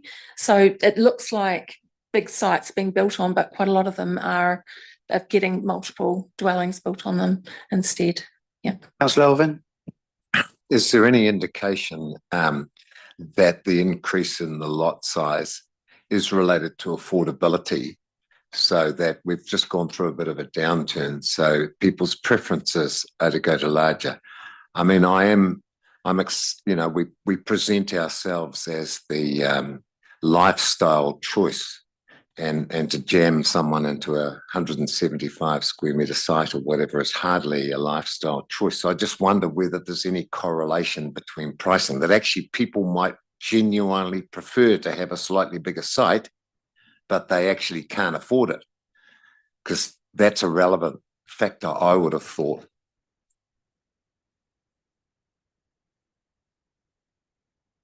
Yeah, I would say so. Yeah. Because it's influenced by the number of factors, the increased construction cost, and the limited supply of developable land, and the reduced market demand. So without the need to resort to my crash helmet that's over there to protect myself, what then is the benefit of these figures looking forward?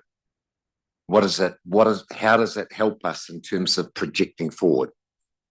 Or is it just a bit of historical data that we're looking at and saying, that's very interesting, but if we're trying to make a decision about going forward, are we making an assessment that people coming here want larger lots if they can afford it? Are we having a government policy that, no, too bad, we're going to squeeze you into a pocket handkerchief? What does it help us in terms of our planning? I think what we're seeing is the outcome of plan changes that we have implemented.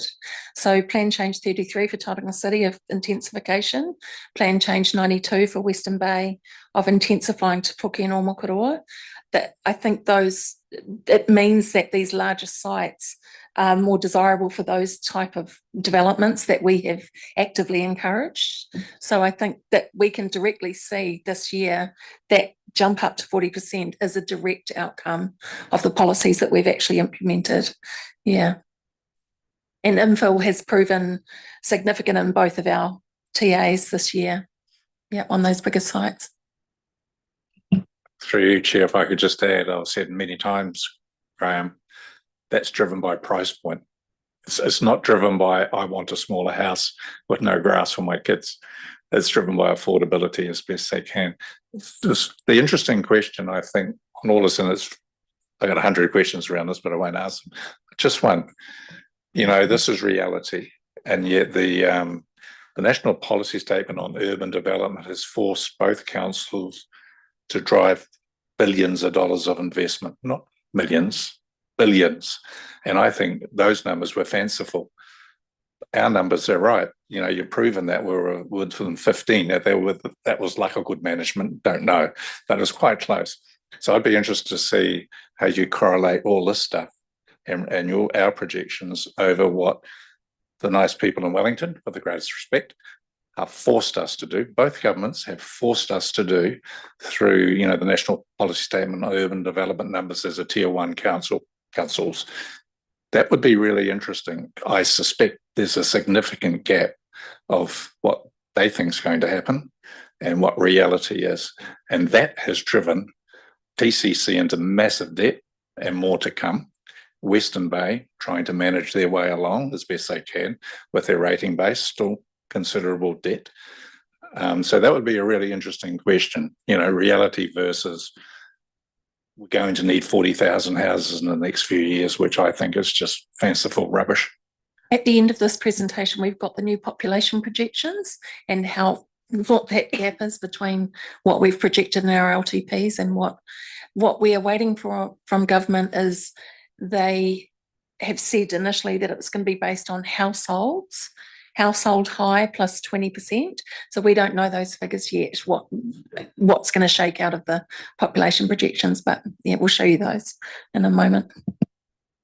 Councillor McMillan. Oh, I suppose I'm just sort of teasing out and challenging the concept that everybody needs to own a strip of grass around their house in order to raise children. You know, all over the world, people live in apartments. What the significance is the green infrastructure we put. So going back to spatial planning, if there are shared parks and reserves with trees and playground equipment, places to play ball, and those are spatially planned, there is nothing wrong with families living in townhouses or apartments where they don't actually have ownership of a strip of grass. And I think this is something that holds Aotearoa back sometimes because we're not sort of thinking about intensifying and densification and what actually can be really high quality and high standard of living when we've got larger populations. And I think it sort of comes through in some of the corridor where we're not really thinking in that space. And if we are going to have significant growth in Tauranga City and the Western Bay, we need to be thinking in that mindset of how can we preserve our green spaces and grow our green spaces so that we can intensify our housing so that people have lots of places of shared play. So just putting that out there, I think we need to get our heads around that, and I think we're actually a bit behind in that thinking. Thank you, Councillor McMillan. And I think we just need to guide us back onto course, because this is in relation to what Councillor Elvin was saying. This is a historic look at what we've achieved or what the trends are. This isn't quite perhaps the right moment to be debating future development, and after all, the future development strategies were set last year. So I think, Claire, I think we better crack on because we're a bit behind schedule, and to get through these slides about what the development trends are.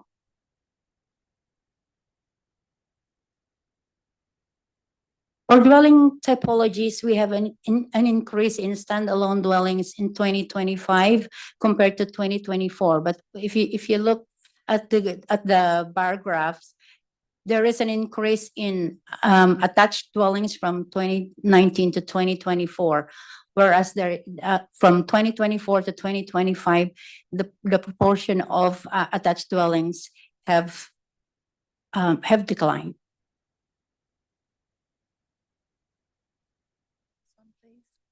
Next slide, please. For number of bedrooms, there is an increase in the 3-bedroom dwellings from 2024 to 2025, and also a decline in 2 bedrooms. And this correlates with the other slide where there is an increase in standalone dwellings and decline in attached dwellings. And most of the standalone dwellings have 3 bedrooms, and most of the attached dwellings have 2 bedrooms. Next slide, please. So it's a bit hard to read, but this shows capacity across the sub-region. And basically the main take from this is that we have around 30 to 31 capacity remaining % in both Tauranga City and Western Bay, and thus the sub-region. And yet particularly areas like Waihi Beach have only room for 293 more houses, whereas areas like Tauriko West have, you know, capacity for another 3,000, or Wairaki another thousand. So it just depends on the area, how much capacity each has remaining. But we're sitting at about 30 to 31% across the sub-region. Is that the theoretical capacity or the consented capacity, or what's the?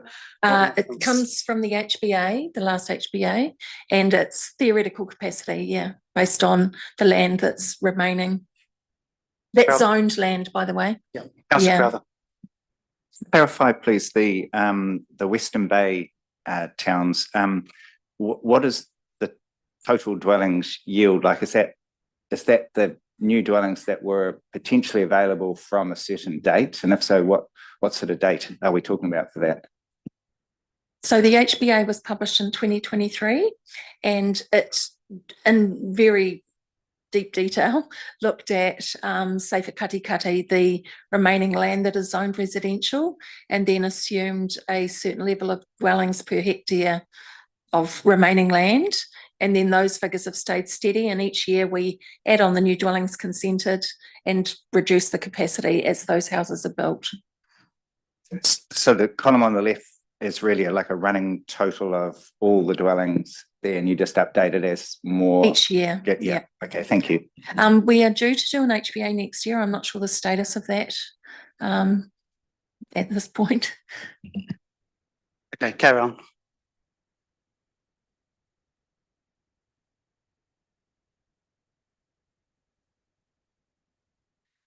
So basically this is the areas of business land in the sub-region, and showing the darker bars are occupied and the lighter bars are vacant. Basically, Rangiuru has titles created and is in negotiation with a very large pack house operation there that will take up about 65,000 square metres as the anchor tenant, and other negotiations for the rest of the sites out there. Yeah, so it just basically shows where we still have remaining commercial and industrial land.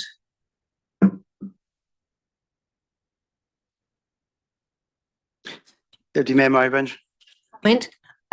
With the extension of the port, with Rangiuru and with Tauriko business development, and with kiwi fruit going as well as it is, horticulture going so well, I disagree totally with Councillor Crosby. People are going to want to live here. They need workers, and so you can be optimistic that people are going to come to live in the sub-region. There's much productivity and having a debate on that, but okay, no, I really do want to get through this, Chloe, so can we will crack on.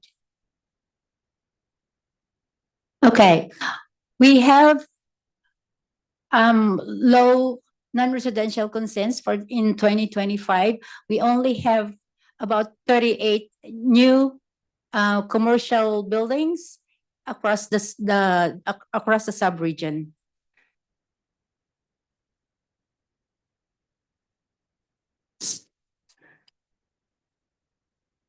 This is our first reporting of Papakainga, as Te Pio mentioned earlier.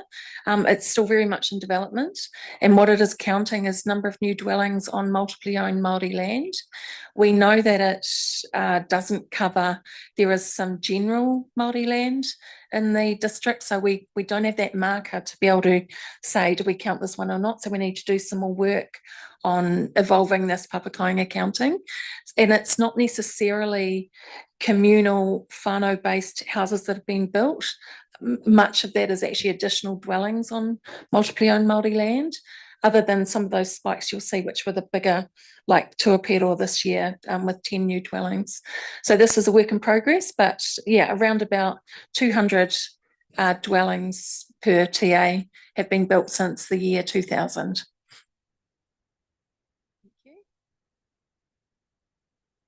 Now this is 3 slides about population projections, and I'll just talk about them briefly. So we've talked to Stats NZ, the projections that have come out are very much higher than they have ever been. They're higher than the old census-based projections, and they're higher than anything that we are projecting.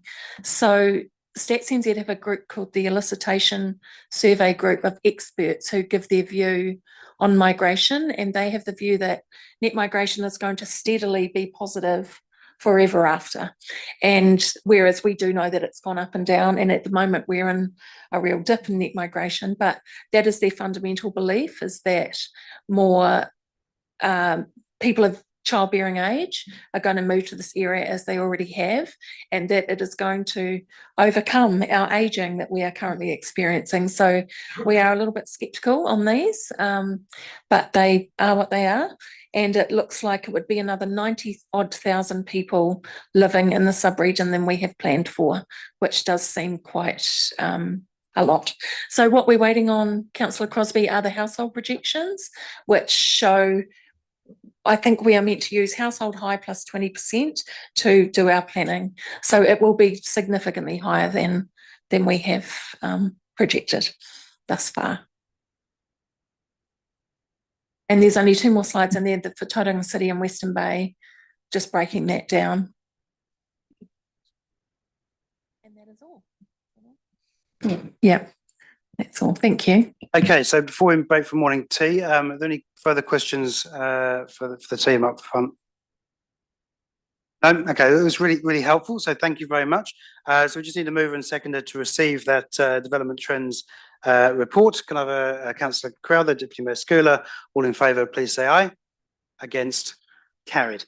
So it's 11:06. Let's meet back at 11:20 and carry on with the agenda. Thank you very much, everyone.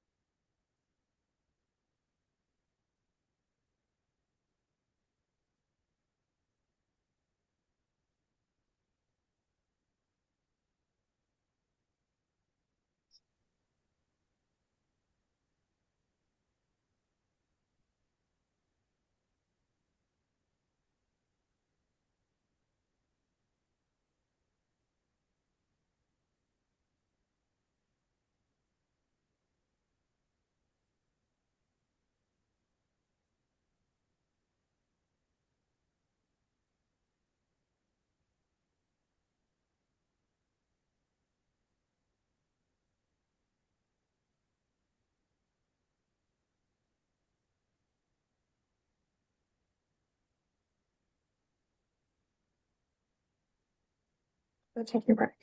Yeah. I wonder if we should be getting sound. Maybe we're not getting sound because they're taking a break.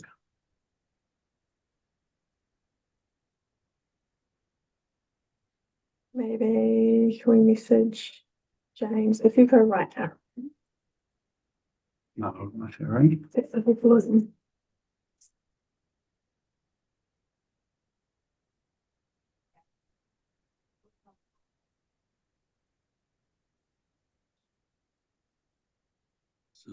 So it's from the coast. we definitely on mute, hey? So I'm off mute, but I suspect the meeting's muted. Yeah.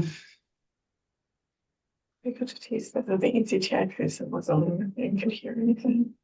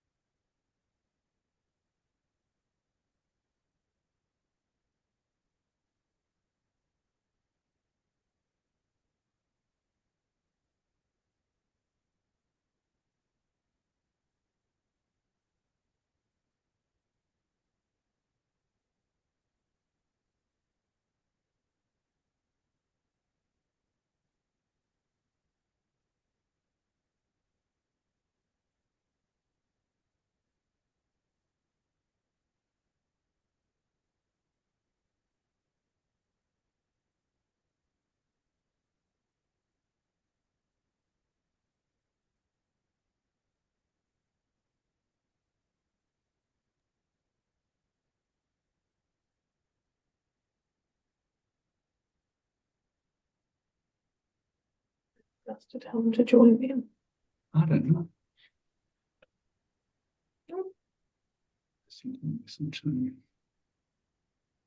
Oh, I saw a person moving on the screen.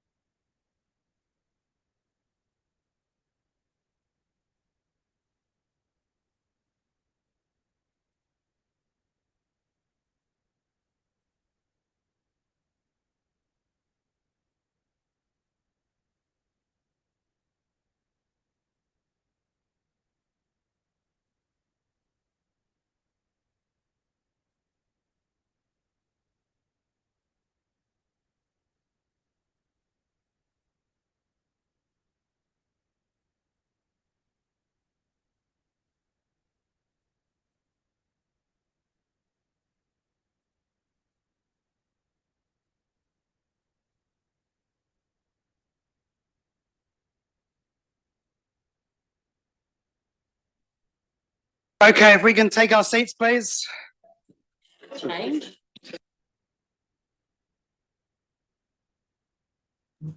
Oh.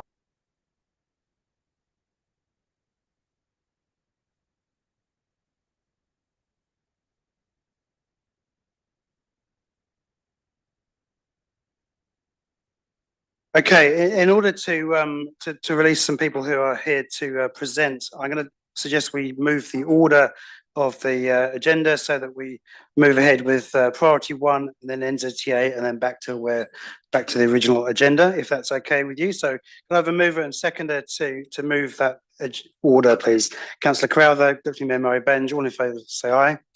Against, carried. So we're on paper I, page 101, and it's Tim Allen from Priority 1 talking about our energy future. Tim. Thanks, James. Appreciate the opportunity to come along and talk to everyone today. So this report was produced over a period of 2 years.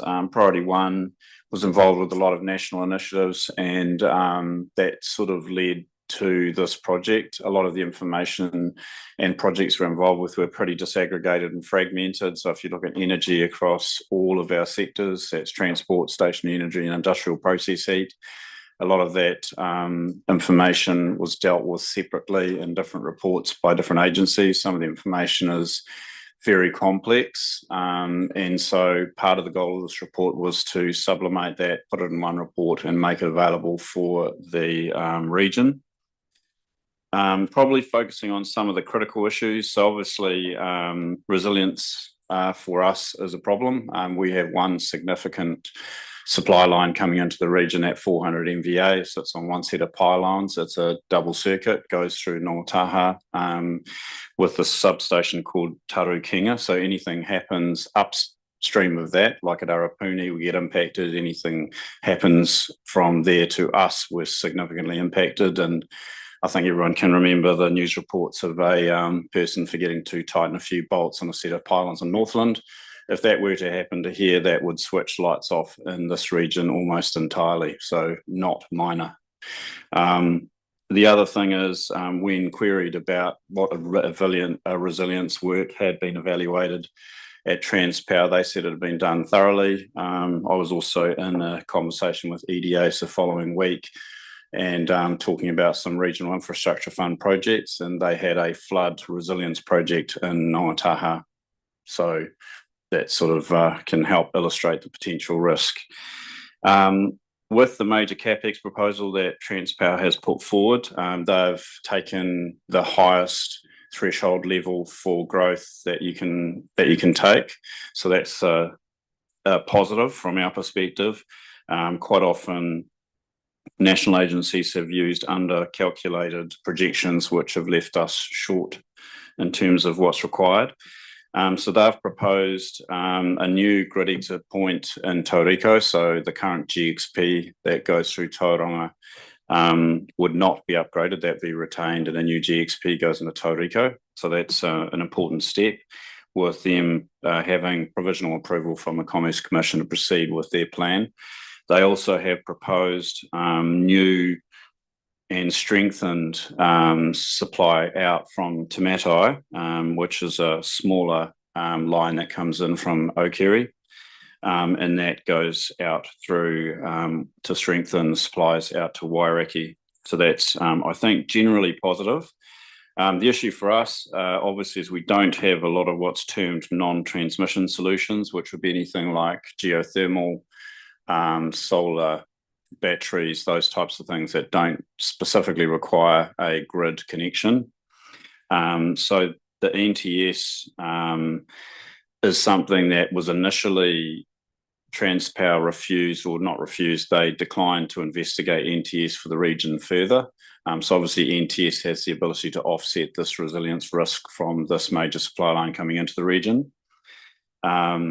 And they have subsequently modified that position, and we now have a $2.5 million NTS fund to assess feasibility of NTS solutions within the region, which is a good move forward. There are also some, there's more movement in that NTS area now, with some solar projects that have been proposed. Low temperature geothermal. So if you consider that 70% of a person's energy use in a residential context is heat, low temperature geothermal is a significant potential for the region. Currently, it's really only used in the municipal context, with maybe a couple of district schemes which are restricted to a few houses in each. The Tauranga geothermal system is it's an aquifer that has geothermal influences, so the temperature varies, but the temperatures vary from sort of 15 to 70 degrees. So there's a report that the Regional Council have done in conjunction with GeoExchange, which was published earlier this year. That's a very good reference point that surveys the region in terms of where heat is higher and lower. Those heats by international standards are very shallow, so they exist at 200 to 300 meters of depth. And the size of the TGS is 875 square kilometres, so it is substantial. There have been 5 sites that have been put forward for a Kānoa bid for bores with businesses in the area. So that would constitute about $20 million of investment into this specific area to drill bores to evaluate the application for that. So you're happy to take any questions if anybody's got any. Thank you, Tim. First question from me is this is an interesting topic and potentially quite serious for us to build that resilience and capacity for energy. But what can we do as member councils or tangata whenua to improve the situation? I mean, I think that having it as a topic that has more weight and prominence generally is helpful. I mean, I think the total number of submissions for Transpower's MCP, which goes through to 2050, was 12. So that's the entire CapEx for transmission and distribution had only 12 submissions. So that's a very high level of disengagement, because I personally wrote 3 of the 12. Yeah. Councillor Osborne. Thanks, Chair. In relation to the future of electricity on page 103, there's a lovely little paragraph there talking about demand. So based on current growth in the region, when will transmission constraints emerge? They probably already have. So they use a sort of special protection scheme at the moment, because when you have peak supply at the moment, you will actually drop below N-1, which is the preferred level of capacity. So at your home, you would have a general N level of security. So that's if someone cuts the line, you're out. N-1 is someone cuts the line and you're still redundant. So N-1 is the preferred place to be for supply. A supplementary. So based on the length of time it takes to develop or build additional network supply, when are we in Western Bay should be very concerned about network supply and its impact on our growth needs? Well, I think that with what Transpower proposed, to their credit, they have proposed a reasonably strong response, and that is fully underway. So I think they have a number of intermediate steps that they're taking in the substations and grid exit points within the system. And then PowerCo is also working on, I'm not sure if people are familiar with the concept of flex markets, but is essentially working with businesses to, you have 2 peaks that govern the grid stability, and that's in the morning and in the evening. So a business has a choice as to when it can choose to use its energy in a lot of cases. So flex markets is where PowerCo as a distributor are working directly with businesses to target off-peak utilisation of energy. Trevelyan's might be a good example where they've worked out certain points where they can essentially switch off their cool house entirely, and that without really losing a lot of their temperature. And so they've saved quite a lot of, it's a win-win, because you essentially shave demand and reduce cost. So the answer is now then? So the answer is actually now? Yeah. We've got constraint of supply now. It is reasonably pressing, yes. Jen. Thanks, Chair. Thanks for the report. So just in terms of solar, talk about where we don't have much, but there's not much in the specific actions that would lead to an outcome on solar. Where is that sitting? Oh, I mean, the solar is sunniest city in New Zealand. yeah, so solar is commercial already. So there is, I mean, some of the specific challenges you've got, you've got a highly profitable horticultural crop that is probably not compatible with sticking overhead solar panels on that land. And so that regionally is a bit of a challenge. I mean, there'll be other regions that might have poorer land utilisation than we do. So solar is happening, and because it is commercially available at scale, I think we've probably got, there's a 40 megawatt capacity that's been proposed that I'm aware of very much in the region, and there's probably an additional 200 megawatt of large scale capacity that may come in as well. So I think that is happening in general. Encouragement at residential level, would that make enough difference? I think encouragement at residential level makes a lot of sense because, again, from a residential customer's perspective, you can definitely save as the price of solar has continued to come down. The payback period improves and the cost of energy has also increased. So the commercial reason for someone to look into it, and also the resilience reason, I think encouraging residential supply would be really good in our region. Deputy Mayor Maybench. Fascinating subject. So you mentioned that you did 3 submissions. Were any of them implemented? And what really is a follow on from our mayor? What can we do as a region to actually make sure that someone's listening to us in government?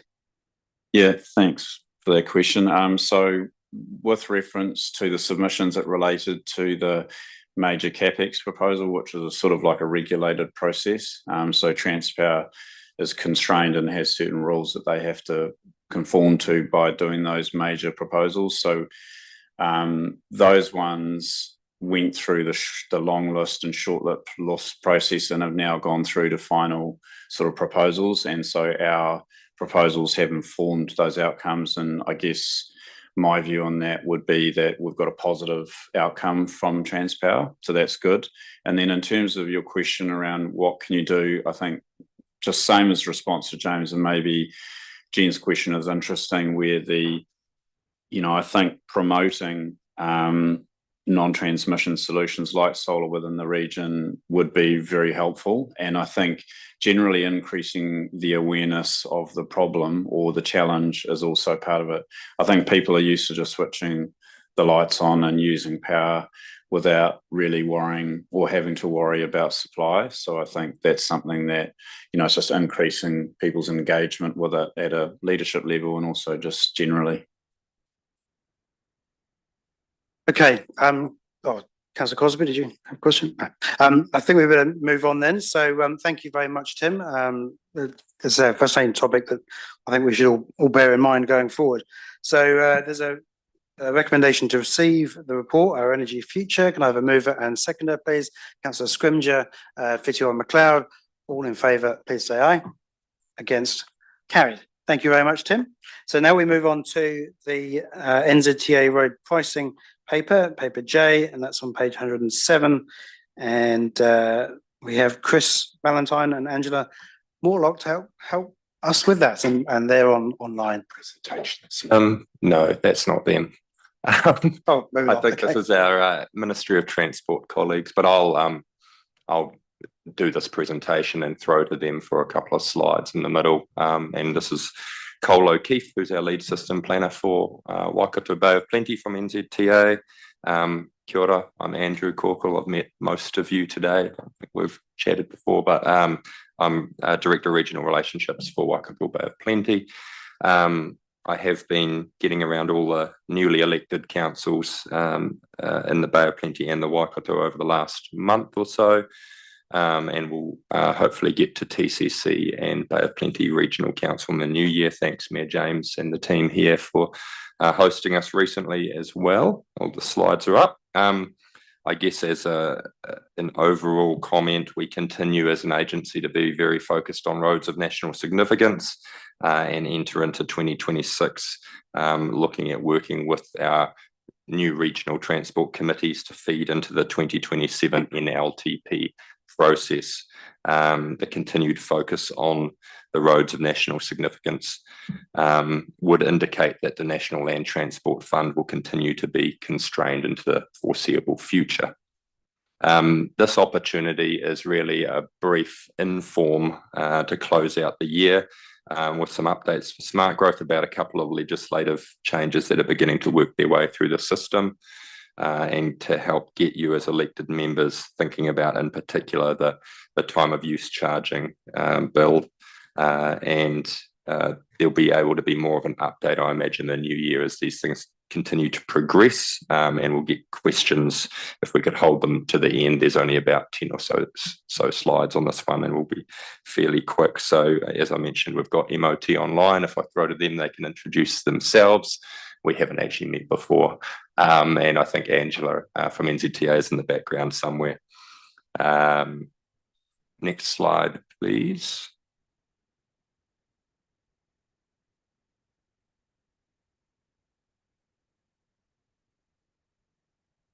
Really quick presentation with just my title slide. The slides have a different order now to the ones that you've got in your pack, so I'd suggest you probably ignore those ones. And Angela is waiting in the lobby to be let in, by the way, for whoever can admit her, hopefully with her microphone off.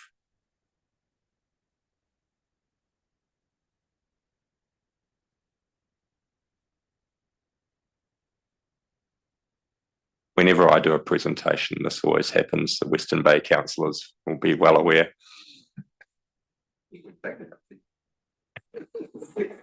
Yeah, that's a new learning. Just before Andrew starts, do the tea break.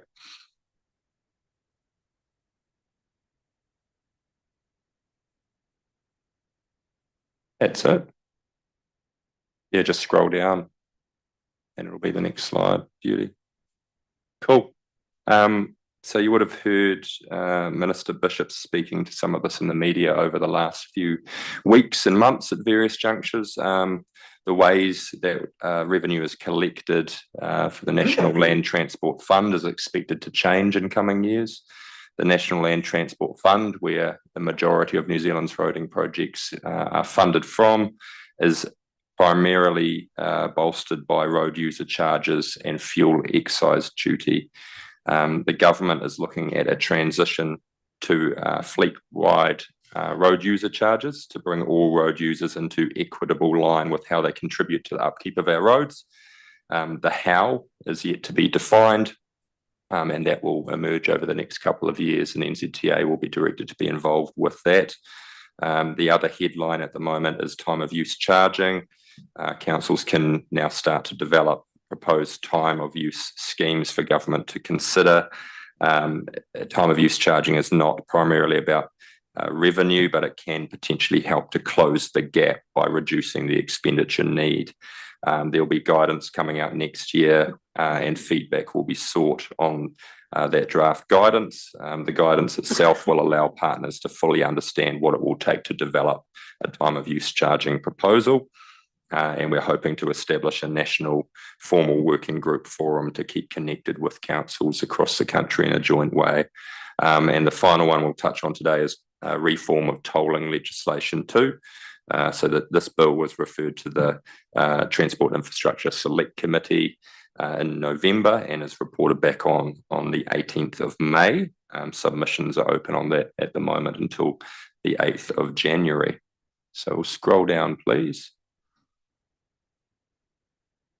Look, the key piece on this slide is the purpose for time of use charging. It improves traffic flow and network productivity. That is how it's written in the legislation.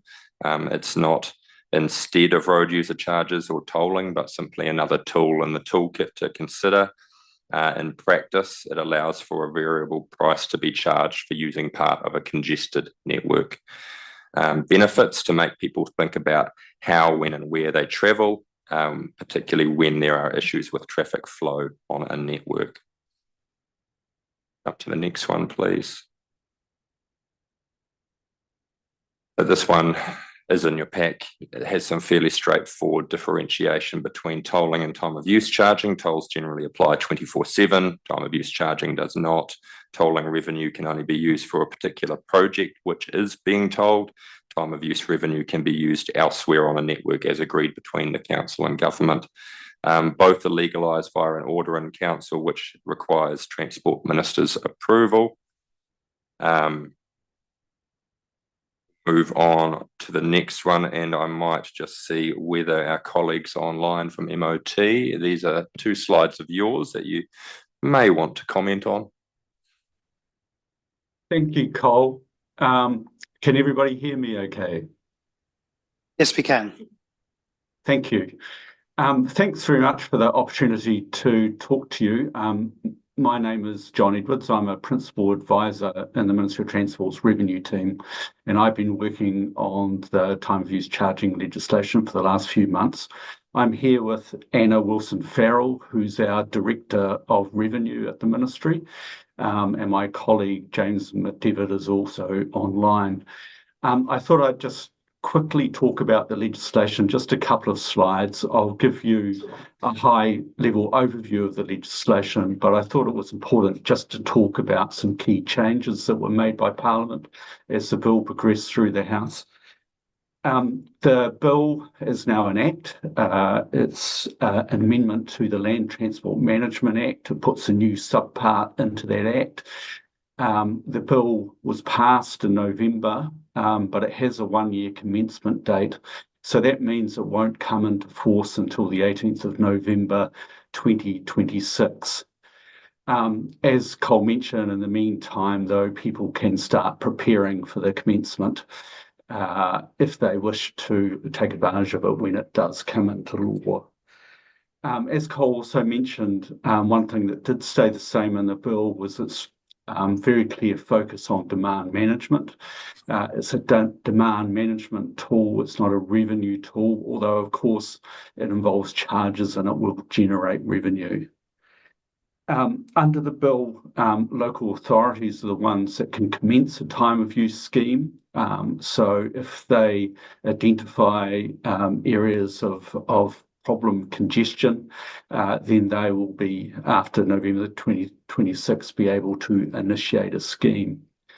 Once a scheme is initiated, that will trigger the formation of a scheme board. The scheme board's role is to develop, consult, and establish and operate a time of use charging scheme. It'll be made up of representatives from local authorities, and from the NZTA. I'll talk a little bit more about scheme boards on the second slide. As Cole also mentioned, the scheme will need to be approved by an order in council. So the process will be the scheme board will put together a proposal, will need to conduct an impact assessment, then consult on its proposal, and then put that proposal up to the Minister of Transport, who will then recommend an order in council be made if the Minister agrees with the proposal. Next slide, please.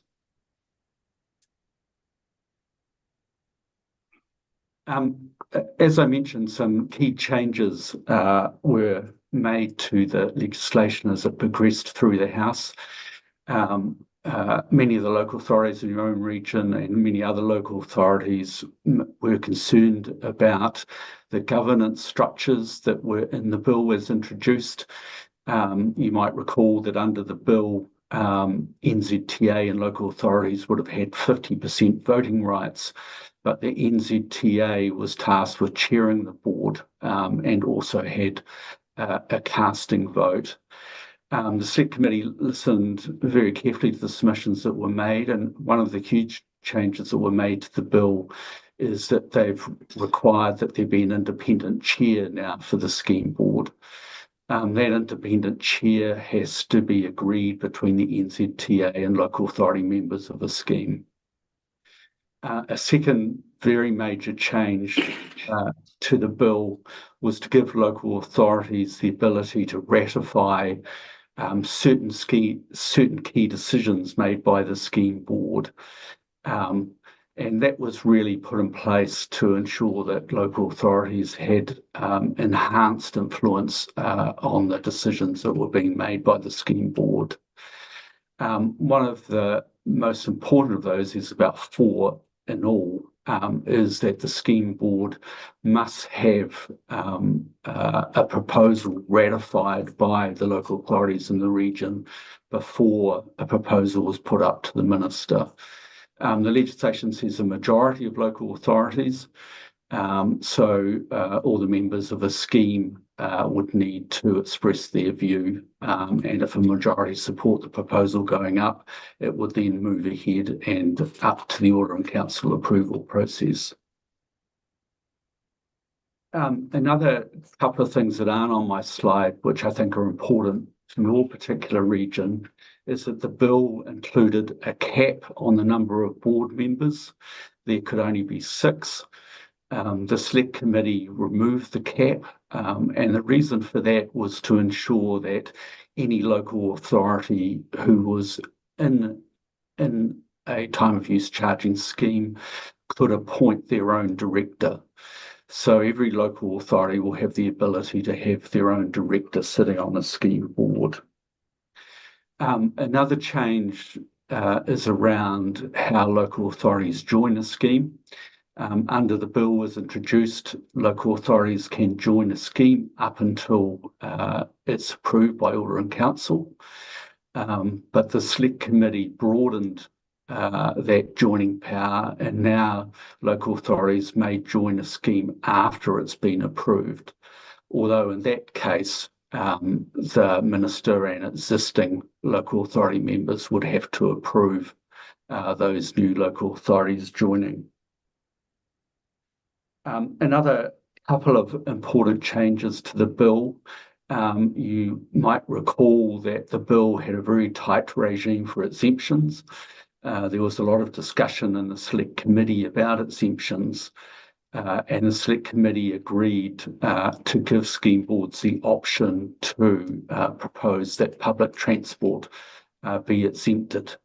Other than that, it's only emergency vehicles who can be exempt from a time of use scheme. Their thinking there really was that the moment you widen exemptions, it puts the effectiveness of the scheme at risk. And some very broad exemptions can be very administratively burdensome to apply. Finally, the Select Committee also placed some limitations on how revenue produced by the scheme can be used. Firstly, scheme revenue will need to be used for operating the scheme and for establishing it. But if there is any revenue left over, the bill allowed that revenue to be spent on any land transport activities in the region, subject to an investment agreement with the Minister of Transport. That's been tightened up a little bit by the Select Committee, so that now that's leftover revenue needs to be prioritised to activities that help people move within and through the scheme area. Finally, the last thing to say is that the legislation requires some regulations to be passed, and the Ministry of Transport has started that process now. Those regulations will be enforced by the time the bill comes into force. That's the current plan. And those are largely technical regulations. They're doing things like specifying what class of vehicles will be subject to charges, and they will be specifying what ratio of charging can be made between those two classes. And those sort of regulations are designed to ensure that schemes can stay consistent across the country. And that's the end of the slides. I'll pass over back to Cole. Thank you. Thank you. Can we scroll down? I'll skip the next couple because they've been largely covered. just on that types of schemes. That's just an interesting one for you to reflect on, how they are used in other parts of the world in different ways. If we go to the next slide, I'll just finish up on tolling.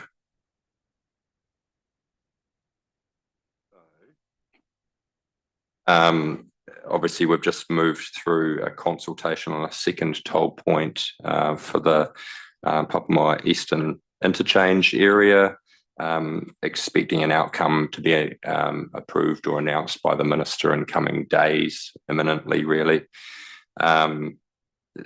Tolling, obviously, well aware it's been used effectively in Tauranga to bring forward the construction of new roads to support accelerated growth and economic productivity. We've got ongoing investment through roads of national significance as well currently. Can we go to the next slide, please?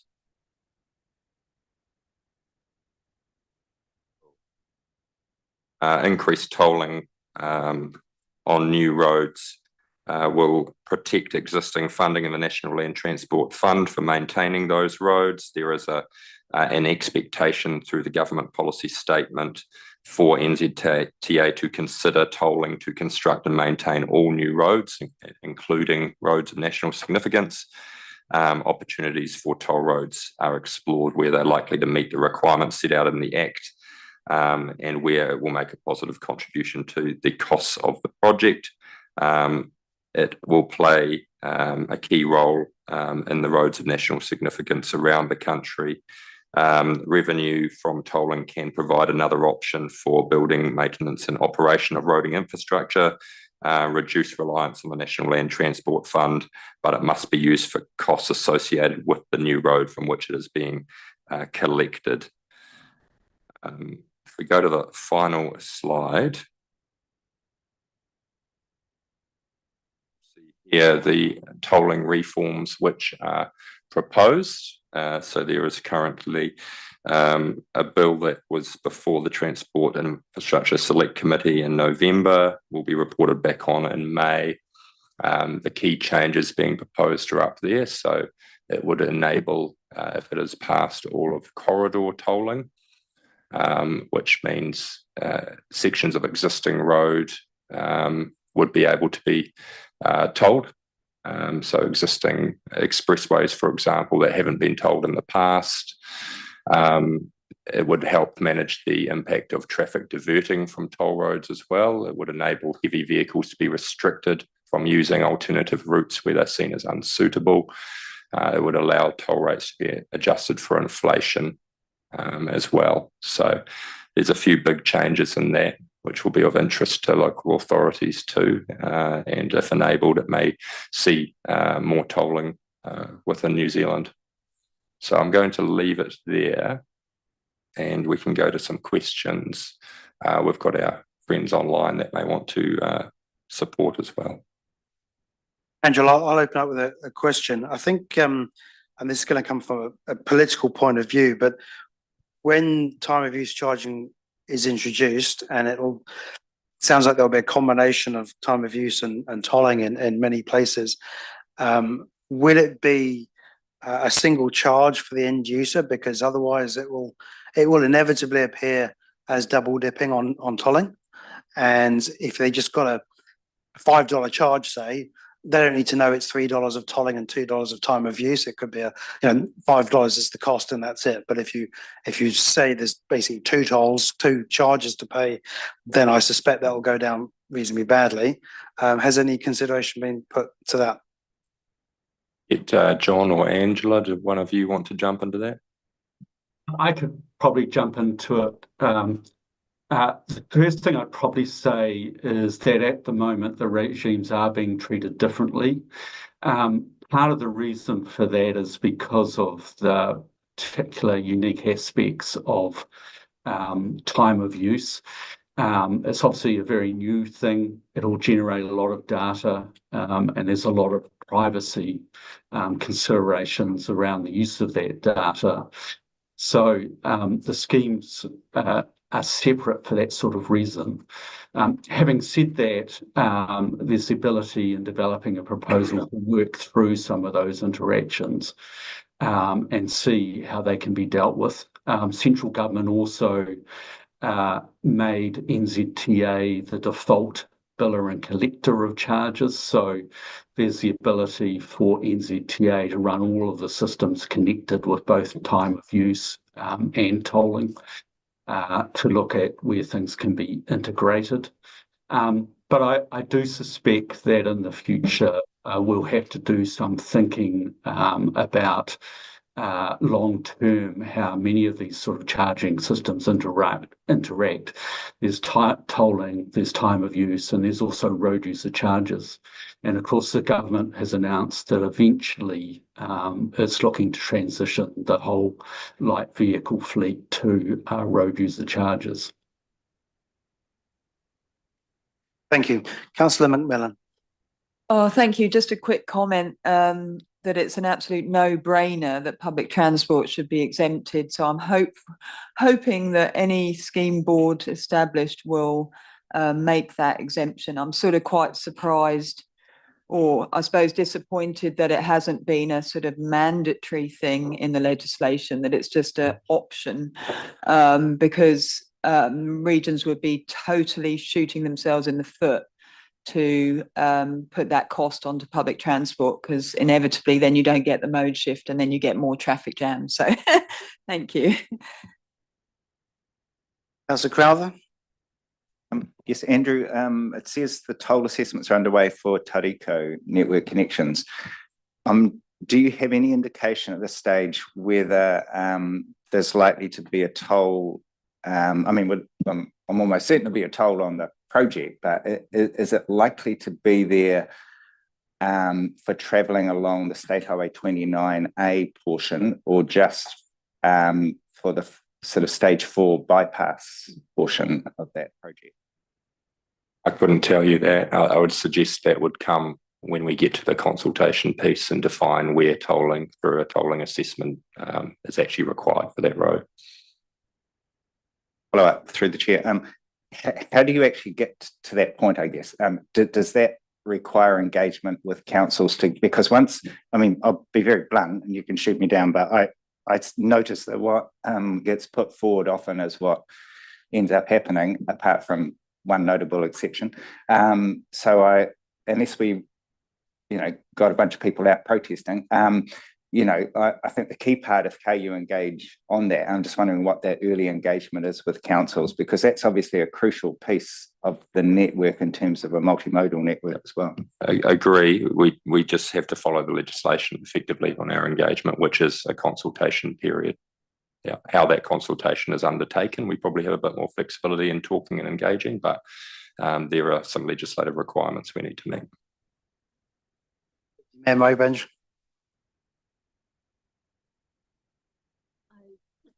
Changes, does the legislation allow for the likes of the big motorway out of Wellington?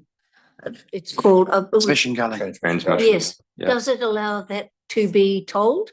Because one of the issues on the tolling is that everybody says, well, I'm happy to pay tolls, but if those people get away with it, why should I? And so I think the government's got to look at fairness. With the issue of submissions, when do they close? You're talking about the tolling legislation? Yes.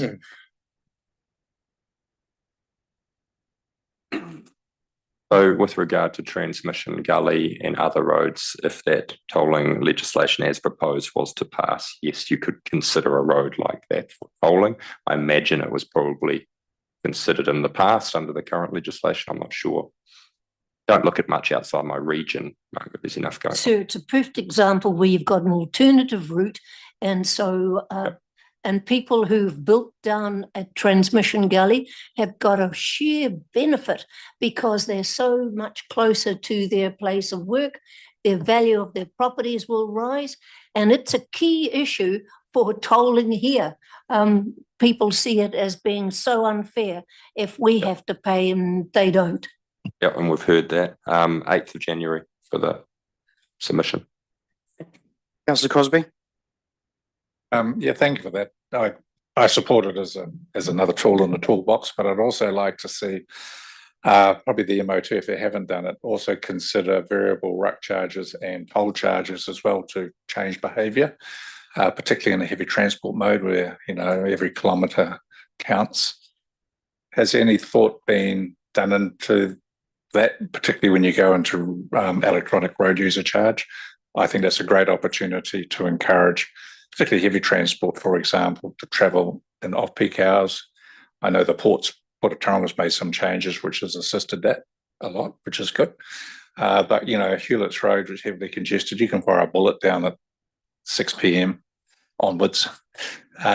So, you know, often we are just trying to manage a peak rather than looking at all our options. So I'd be interested to see if that has been considered, and if not, could it be considered?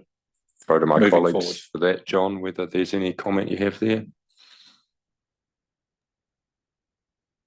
This one. In terms of the road user charges work, the first step is to modernise the system. So there's an omnibus bill in the House at the moment. It's the same one with the tolling reforms in it. So a good opportunity for us to think about the intersections there with the different charging. We will be kicking off a review of all the ruck rates in our pricing model in the new year to enable us to get ready for that full transition to road user charges. And part of that will be looking at those rates and that future model that really sets us up well to connect the dots with all the different revenue tools. Thank you for that. Questions, Councillor Daly? Andrew, I'm just whoever wants to answer, but I think in our submission, I'm not sure if it made the final cut, but we proposed that consideration be given to turning the toll off when we've got heavy congestion through Te Puke during kiwifruit season, for a couple of hours a day during the peak in the evening, and possibly even in the morning, because we know that some people probably avoid the toll, but if it was a free ride at peak periods, would actually solve a lot of problems potentially. And just wondering if there's any way of progressing that rather than going through a cumbersome time of use charging system that's just going to upset the locals, who are going to have to pay this to satisfy the people that are avoiding the toll road. Angela, I wondered if you had anything you wanted to comment on that in particular. Thank you. At the moment, our toll legislation is a user pays to pay for the construction of the road and pay the debt off, and once that debt is paid, the toll is removed. There are certain circumstances where we can use exemptions for traffic management, for instance, during an event, but to use it as an ongoing or a seasonal exemption isn't something that we have looked at. It doesn't sort of align with the user pays concept of. If it wasn't in our submission, and I think it would be highly unlikely, and maybe Andrew could confirm this, highly unlikely that the Crown just wants to forego tolling income. It potentially opens up a broader can of worms in many other tolling situations. If we're trying to reduce congestion, if that's the goal, rather than just revenue raising, I understand that, you use the revenue to fix the roads, but if there aren't too many options available, like Te Puke, to actually reduce the congestion with a road fix, then maybe some other smart options, and even it could be like a camera system to identify that congestion as occurring, turn the toll road off for a little while, and Google Maps actually directs people to take the shortest route, and currently it's telling people to turn around if they're on Te Puke Highway, go back to the Paingara roundabout, drive all the way to Domain Road, and then come into Te Puke from that end. So it's just crazy that we're being subjected to this when it seems like there's some easy smart fixes that could be implemented. Google's an ongoing battle. I would just comment, I guess things will continue to evolve in all these spaces. There's a lot clearly coming up and going on at the moment, and it'll continue to change, I imagine, over time. Yeah, thank you. Scrimger. Following up on Grant's request, though, would the agency consider a trial period of turning the tolls off like he's suggested to give an indication of how much this is causing congestion on other roads, and then solutions could be investigated from that once there is a clear indication of the impacts? Andrew. I don't think that's anything that we'd be able to do at the moment, no. Councillor Dowling. A different question. There's mention in this report about the 3 toll roads and the fact that I think $41.3 million gross revenue raised in the 23-24 financial year for 2 Tauranga toll roads and the Northern Gateway. Is it possible to get the current outstanding balances for each toll road? And that's on our website. You can just have a look on there. Happy to send out the link. Yeah. Okay, conscious we better move on. So thank you very much, Andrew, and our guests from the MOT, and thank you for your presentation. So there's a recommendation to receive the report road pricing. Can I have a mover and seconder, please, for that? Councillor Scrimger, Councillor Crosbie. All in favour, please say aye. Against, carried. Thank you. Thanks, guys, online. Thank you. Thank you all. So now we move back to the features of work. So I think we're on to the KPI monitoring paper F on page 70, and Craig and Nicola.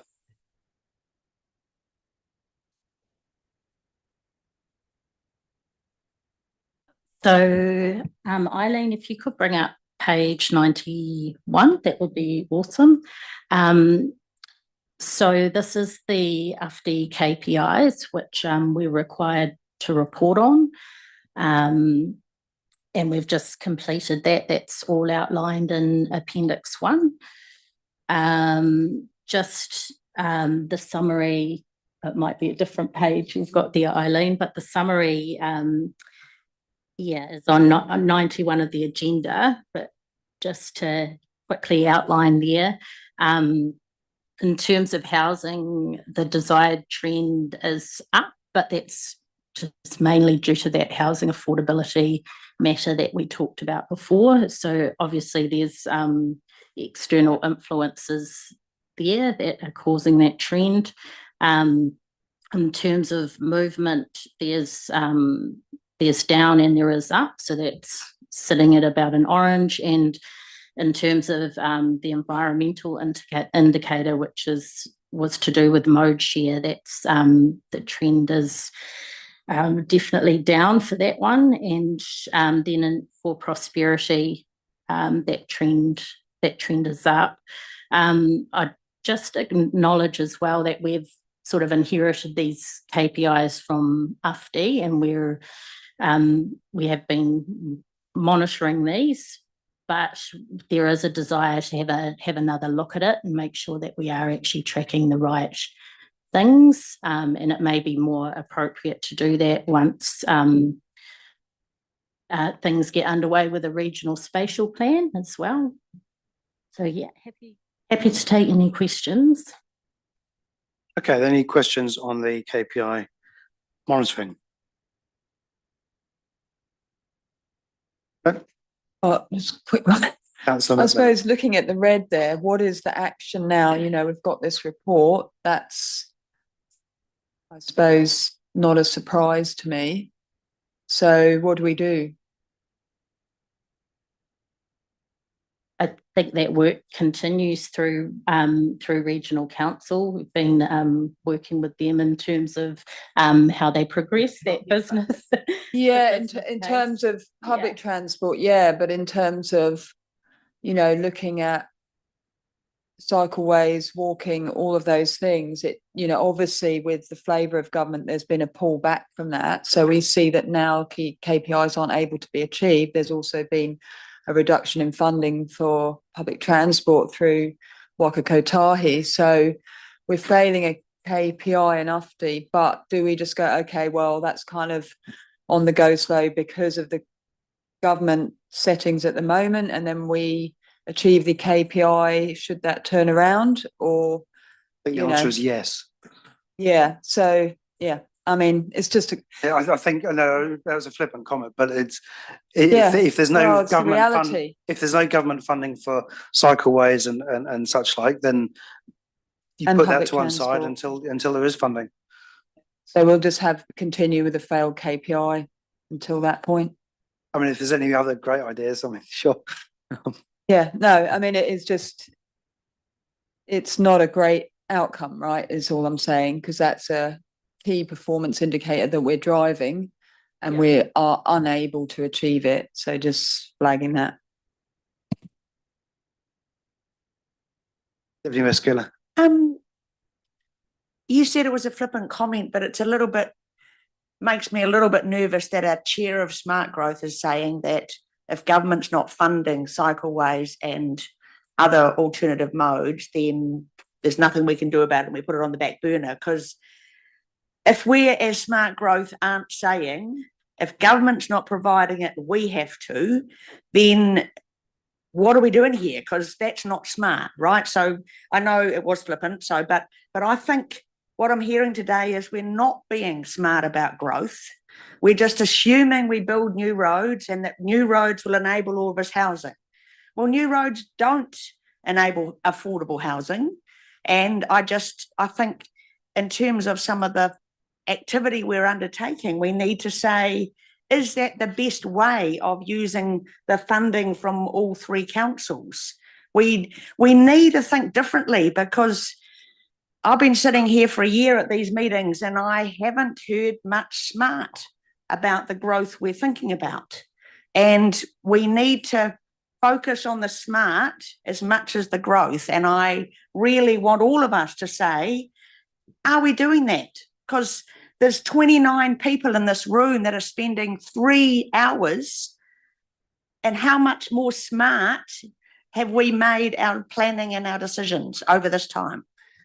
Thank you, Deputy Mayor Skiller. I think the point to make is that it's probably not smart. Well, we can choose to fund cycleways ourselves. That's for each individual council to do. But if we don't get the FAR funding for it, if we don't get subsidy from government, then it's perhaps, arguably, not smart to spend more money than we need to if FAR funding is available at a future date. And that's a trade-off we've got to make. So I think that's a But have we ever said we haven't got FAR funding, so we will build this cycle road, but not that road? elected members to decide.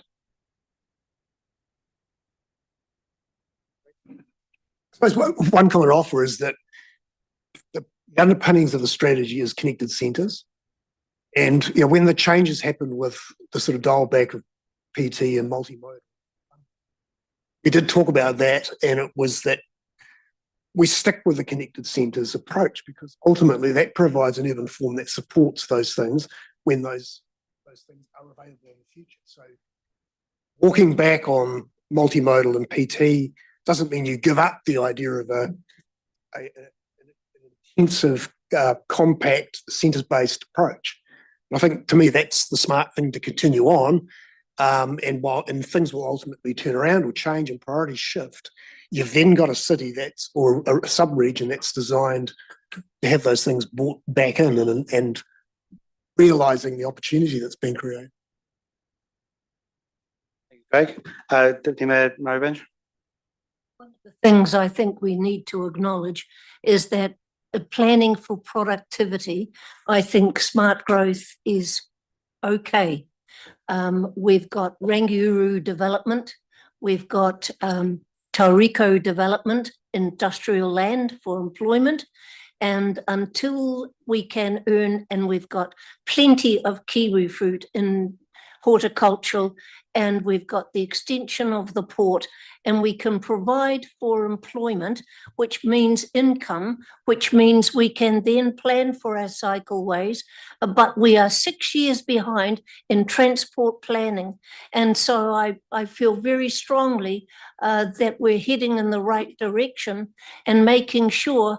The one thing that really bugs me is that government is saying they're going to put hold us to account on our rates, but they're withdrawing support and expecting us to pick up the tab. That's the issue that I think is poor. You can't, if you want to progress, you've got to have a rating system that can match it. And if you're restricted to our rating and government removes support that they've previously given, we've got a problem. And so I think we shouldn't let them away with it. But productivity will lead us to a better standard of living in which everybody will benefit. Everybody. Councillor Graham. Thank you, Chair.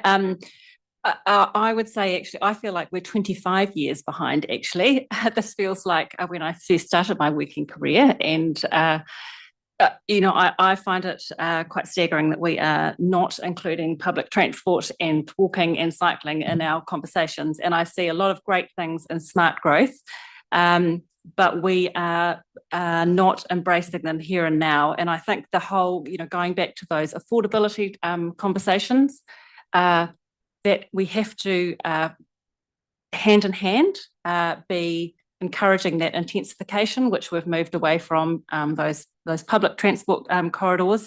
We're finally starting to move on things like time of use charging. That was discussed 25 years ago again. So great, we're moving on those things. But with that, you need to have alternative means of transport. It's absolutely the opportunity to do mode change. So we need to look at it very holistically and be looking at all these things and where we will actually want to get to as a region too. So picking up on Craig's points with the nodes, reading through the papers, it sounds like there are, like the greenfield expansion, there are constraints to that. We need to also be focusing on the intensification and livability. So I think we do need to ask ourselves how we are pulling all of this together. And I think we need to think about that too when we come to our subsequent conversation about the regional deal. Thank you, Councillor Graham. Councillor Crowther. Yeah, just very quickly, I counted up the number of TSP top 20 projects that were in the proposed regional deal, and of course we can't disclose those publicly, but the number I got to was 0.5, half of a TSP project, and 14 were explicitly excluded. And of those 14, a number of those are multimodal projects. So I think we're talking the same thing when I addressed that earlier, these points here. But to me, walking and cycling to some extent is significant, but the big one is the connected centres, public transport, because that's where the real cost benefit analysis shows you get the best bang for buck. Okay, so further questions on KPI monitoring? No? Okay, so the three recommendations there: receive the report, note the KPI monitoring in Appendix 1, and notes that KPIs will be reviewed once the operating environment becomes clearer. So I have a mover and seconder, please. Councillor Macmillan, Councillor Crosbie. In favour, please say aye. Against, carried. So now on to implementation plan, BAU, existing actions. Again, that's Craig and Nicola. Just to introduce this report, these BAU existing actions, when we formulated the implementation plan, we had a large number of projects that were seen as critical to delivering the strategy. And some of those were seen to be more about partners maintaining the leadership and overview of those, not so much a collective approach through smart growth. So they were backed out of the implementation plan. But as notes in the report, that with the intention that once a year there'd be an update on how these other critical pieces of mainly infrastructure were being progressed. So that's the context for it. So I'll hand over to Nicola to go through the detail. Thanks. Well, won't take too much of your time, but just to note that that reporting is in Appendix 1. And just in terms of a summary, a lot of those projects are on track because there's some good momentum happening around enabling infrastructure, city centre regeneration through Tauranga City Council's advancing well, and there's a lot of work underway in terms of the priority development areas and collaboration as well that's occurring across agencies and partnerships, maintaining those partnerships with tangata whenua. And just to note there as well, we're recommending that 2 of the actions that were in there actually come out because they're really worded as sort of general approaches rather than specific actions. So I don't think much is gained from reporting on those 2 things. We can still include them in the text, but I don't know that they need to be specific actions. I'm happy to take any questions. Any questions? Councillor Daly. What were the 2 that you were going to take out?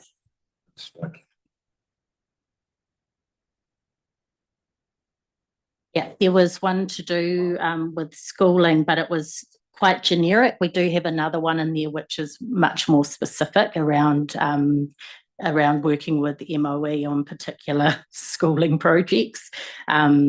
Yeah, and the other one was just there was a general statement about Te Matapihi.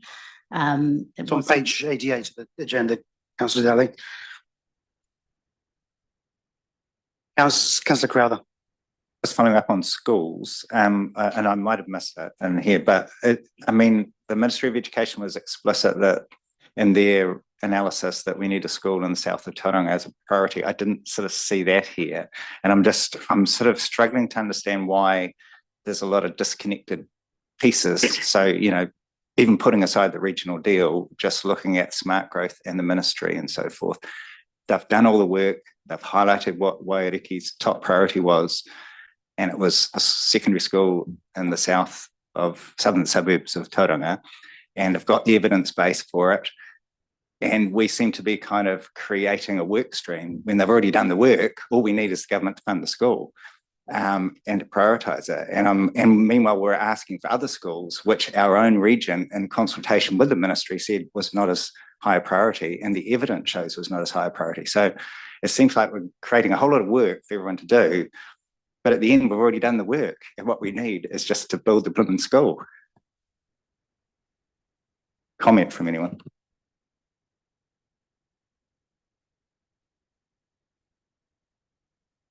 You need a school at Mokoroa as well. And so schooling is really quite an issue when we've got people coming in, but more going out at the moment. And with the transport links, I think there's also a cycleway on the northern link out to Mokoroa. I'm quite sure that cycle link will be there. But schooling is a priority. And we just need a bottomless bucket from government. No, I think you're quite right, Councillor Murray Benjamin. Mokoroa needs a school. The site has been purchased and designated, and it's just a question of advocating for when that happens. That's what we as politicians are advocating for. And so I'm not going to retreat into saying that I'm going to ignore Mokoroa as the Mayor of Western Bay and say that we should be building a school in Tauriko. That's for you as a Tauranga City Councillor to advocate for, and you do. So that's great. I'm advocating for a school for Mokoroa, and that's as it should be. Any of us. I'm not against the school in Tauriko, it's just that's not my area. But right now I'm sitting as a chair of SmartGrowth, so we've got to take a slightly more network approach, but not against it.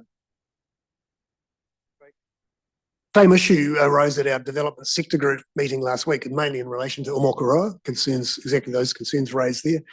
And we did talk about the potential to bring someone from Ministry of Education to talk about where they're at with their school system planning, a bit like we had a presentation from NZTA, possibly if we do something similar. And we're looking to that possibility for the development sector group. But maybe we could help improve understanding what's happening with that at the present time with a presentation here at the next meeting. So I just make that as a suggestion that we can follow up and see if that's possible. It'd be wonderful if we could, because I think it's one thing to have the developers around here, but the decision makers at the same time, who we can apply pressure, it's equally important. And if you could do it together, that would be even better. Okay, any more questions on the BAU existing actions? Okay, so I'll call for a mover and seconder for the receive the report, approve the removal of the two actions shown in strike through, and note the annual update on BAU actions provided in Appendix 1. I have a mover and seconder. Mr. Oseboom, Deputy Mayor Skula, all in favour, please say aye. Against? Carried. So now we'll go to the will be the last item in the open agenda, which is the resource management reform, page 97, paper H. So what's been happening in this area? Tell us more, Craig. I'll just introduce it firstly. Yes, obviously everyone knows that this the bills landed last week, about 2 hours after the agenda went out. Isn't that helpful? So this the main focus of this paper is to note that timing is an issue because of we don't exactly know the timing yet. No, we don't quite know what the closing date is yet. But we're putting in place a working group similar to that we did on the earlier engagement on the reform process. So we have an internal working group, and depending on timing, we think it's not going to align with another Smart Growth Leadership Group meeting. Proposing a delegation to the chair to approve that for submission. And there's one matter that's noted in there I just want to correct. On page, I think it's 118. In the last sentence in that last paragraph there, mentions that if there's a lack of agreement on a particular point, then the Smart Growth submission will not include that matter, which is a sort of one of the principles we had for the last round of submissions that were made. We really need to incorporate that into the resolution, just so everyone's clear that that's the case. So if there's disputed issues, it's really hard for this collective submission to be made. So with that change in mind, because we'd have a presentation. I don't know if there's time to do that today, James. I think we're running out of time a wee bit, but I think there's some. I mean, maybe just a 5-minute overview or. Yeah, we've got a couple of. I don't know whether people have had a chance to look at the spatial planning components of the reform. I mean, we could spend a couple of moments just looking at some of the highlights out of that, if it's a help. I know you probably will be going through that in your own organisations. Perhaps just open up to questions, and if anyone has a question to ask Craig, maybe that's a. I'm sure whistle free. Just correctly. Okay. Just put that on full screen. Can that be made into full screen format? Down the bottom there, that.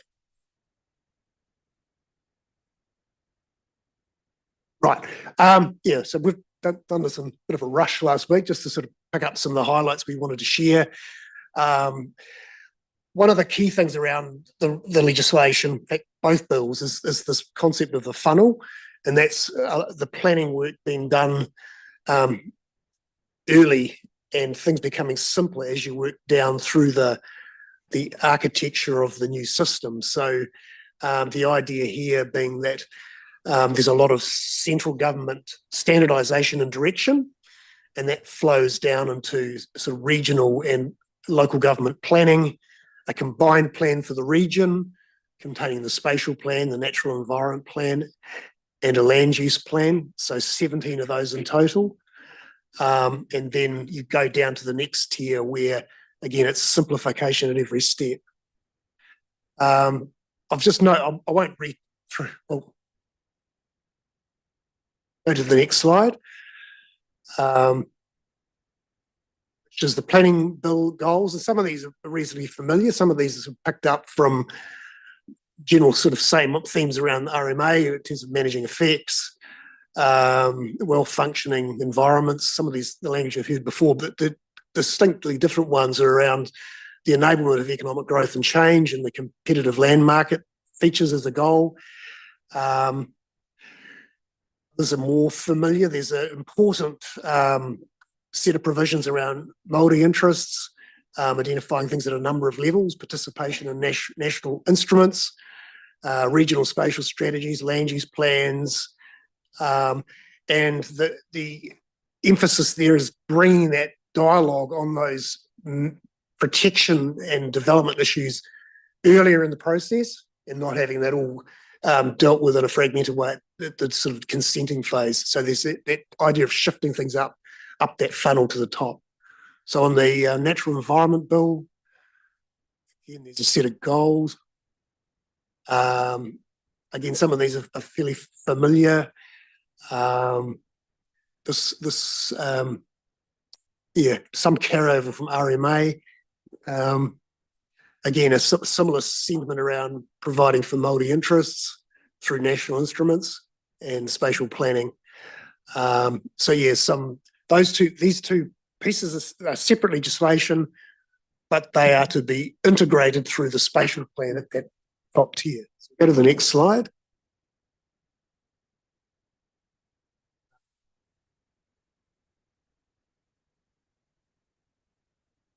Nicole, did you want to comment on some of those aspects? Just to say that it's so there's obviously going to be this new national policy direction, but what's quite interesting is that it doesn't appear that we will get that until I think the end of 2026. So it makes things very challenging for trying to get alignment with this, with all of this.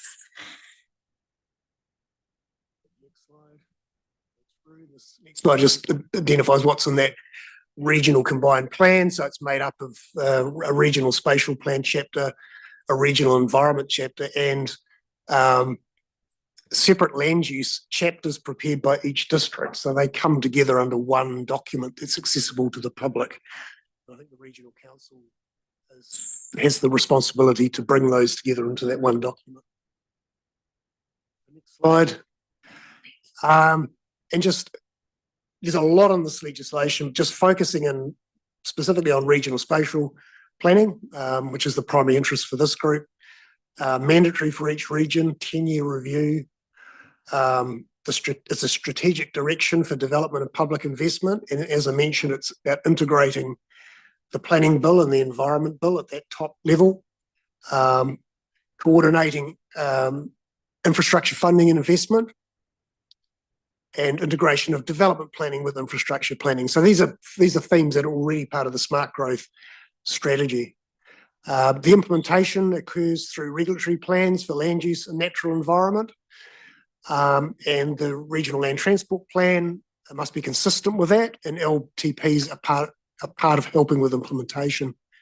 And there's a coordination document that must be prepared once the regional spatial plan's in place. And we think that's probably going to be somewhat similar to the implementation plan that we approved as part of the strategy development. So the next slide. And this is the process of developing regional spatial plans. It's a collaborative exercise, and highlighted some keywords there, dealt with through a spatial planning committee at regional level. It's prepared under a process agreement, and it's to be based on consensus decision-making wherever possible. And there's a process there where there isn't consensus that can be worked through. Central government involvement at governance and working levels is signalled there. It doesn't prescribe a role for tangata whenua at that governance tier, but it does talk about the process for preparing a draft plan and the requirements around consultation. It talks about iwi authority specifically. and also working as we have been with core infrastructure providers and development and community sector groups. So some of these things are already familiar in the way that we've been doing our work. So the Spatial Planning Committee recommends a draft spatial plan to the region's local authorities for approval to notify. And once that's done, it goes out for submissions. Those submissions are then dealt with by an independent hearings panel and makes recommendations back to those local authorities in a similar way to the seen with the recent medium density housing process. Those recommendations can be accepted or alternative solutions provided in response to that. The next slide. Some issues that we've picked up on sort of early looking at this and impact on our workflows. There are some dates that come through in here, and Nicole has mentioned late 2026 for national policy direction on spatial planning. So that's a wee way out. And I think the content of the national policy direction on the land use and natural environment is even later than that. I think it's another 6 months following that. So there is still going to be, we're in this period of, how do we manage these issues? That's going to be with us for some time. Preparation of the regional spatial plan, early 2027, notify it late 2027, decide early 2028. As I mentioned, it's all about front-end loading. It's more on plans, less on consenting. That's the philosophy here. And that's how they're talking about reducing the number of resource consents by a massive percent, about half what we currently have. That's achieved by pushing the planning process further up the chain and simplifying things at the bottom end. One observation is that just through some of the content, there's a increased significance and formality of the spatial planning decisions that will be made. When you look at the independent hearings panel, way more formal perhaps. There's also points of law appeal and limited merits appeals to the Environment Court, but that's mainly on designations. Which is the next point, because some of you may have heard that designations are going to be included in the regional spatial plan, which creates some interesting dimensions around the level of engagement with infrastructure providers. So in that preparation early 2027 will require a high level of engagement with infrastructure providers who may want to include information in the regional spatial plan. And of course, to do that, that raises property rights issues of, going on land. So that potentially changes the sort of rigor that we have behind our plans, where maps we produce at the moment for our FDS are quite broad brush. When you start providing information that's very property specific, it does change the way that we need to deal with that information.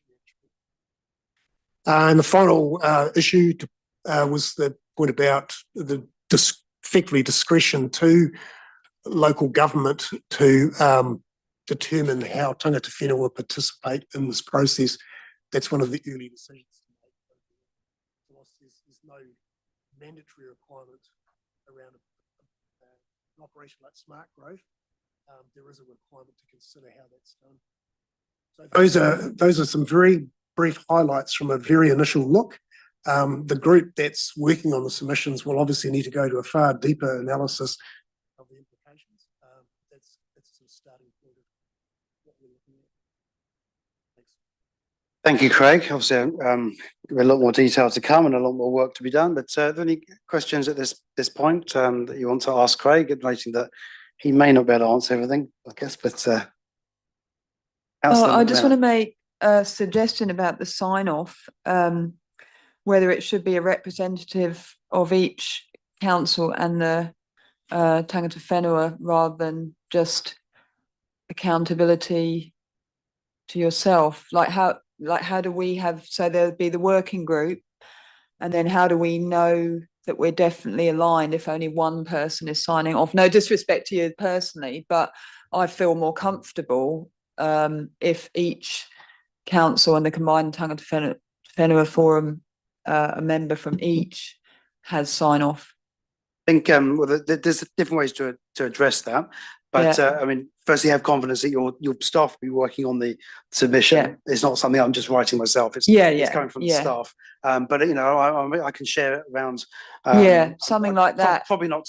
I don't want to share it to sort of 40 people for comments. Well, It's maybe probably- one from each Yeah, is what I'm exactly. thinking, so that somebody from each has eyeballed it and goes, yeah, total call that, yep, sweet, and then you sign it off or something like that. I don't know how the process will work, but just to give. I'm happy to share it so that you just get that comfort that you'd like. I have to maybe just have a reflect on who that might be in each council, but that's Yeah, yeah, whatever's the simplest to streamline that, because I know we've got timeframes, but thank you. Councillor Graham. Thank you, Chair. Craig, that was useful. Thank you. And I'm just wondering how smart growth will feed into the spatial plan. There's no answer to that at the moment. There are a lot of options on how you might make that work. And I'm sure that partners around this table will be talking about that. Something for us all to think about, because a lot of work's gone into smart growth. Yeah, we haven't done a big work on that at this point. Councillor Elvin. So is it intemperate of me to suggest we close this meeting and move to the closed agenda, because there's meetings later on in the afternoon, 2:30, and this has been incredibly long and tedious at this point in time, and we've got a closed agenda to deal with. So we're thank you, Councillor Elvin. We are just about to. Well, this is the last item in the open agenda. Then we'll move to the closed agenda, and I appreciate your comments. Okay, so were there any final questions on the RM, Fitiora? Just a comment on participation of tangata whenua in the spatial planning.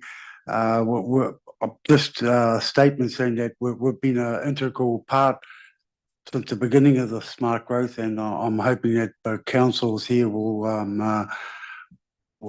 invite tangata whenua onto the governance committee of the spatial planning, because we're quite vital to it, you know. And I think Elijah, you're on the team that's going to write the submission to all of this, so I'm hoping that you'll bring that up. And yeah, you're on.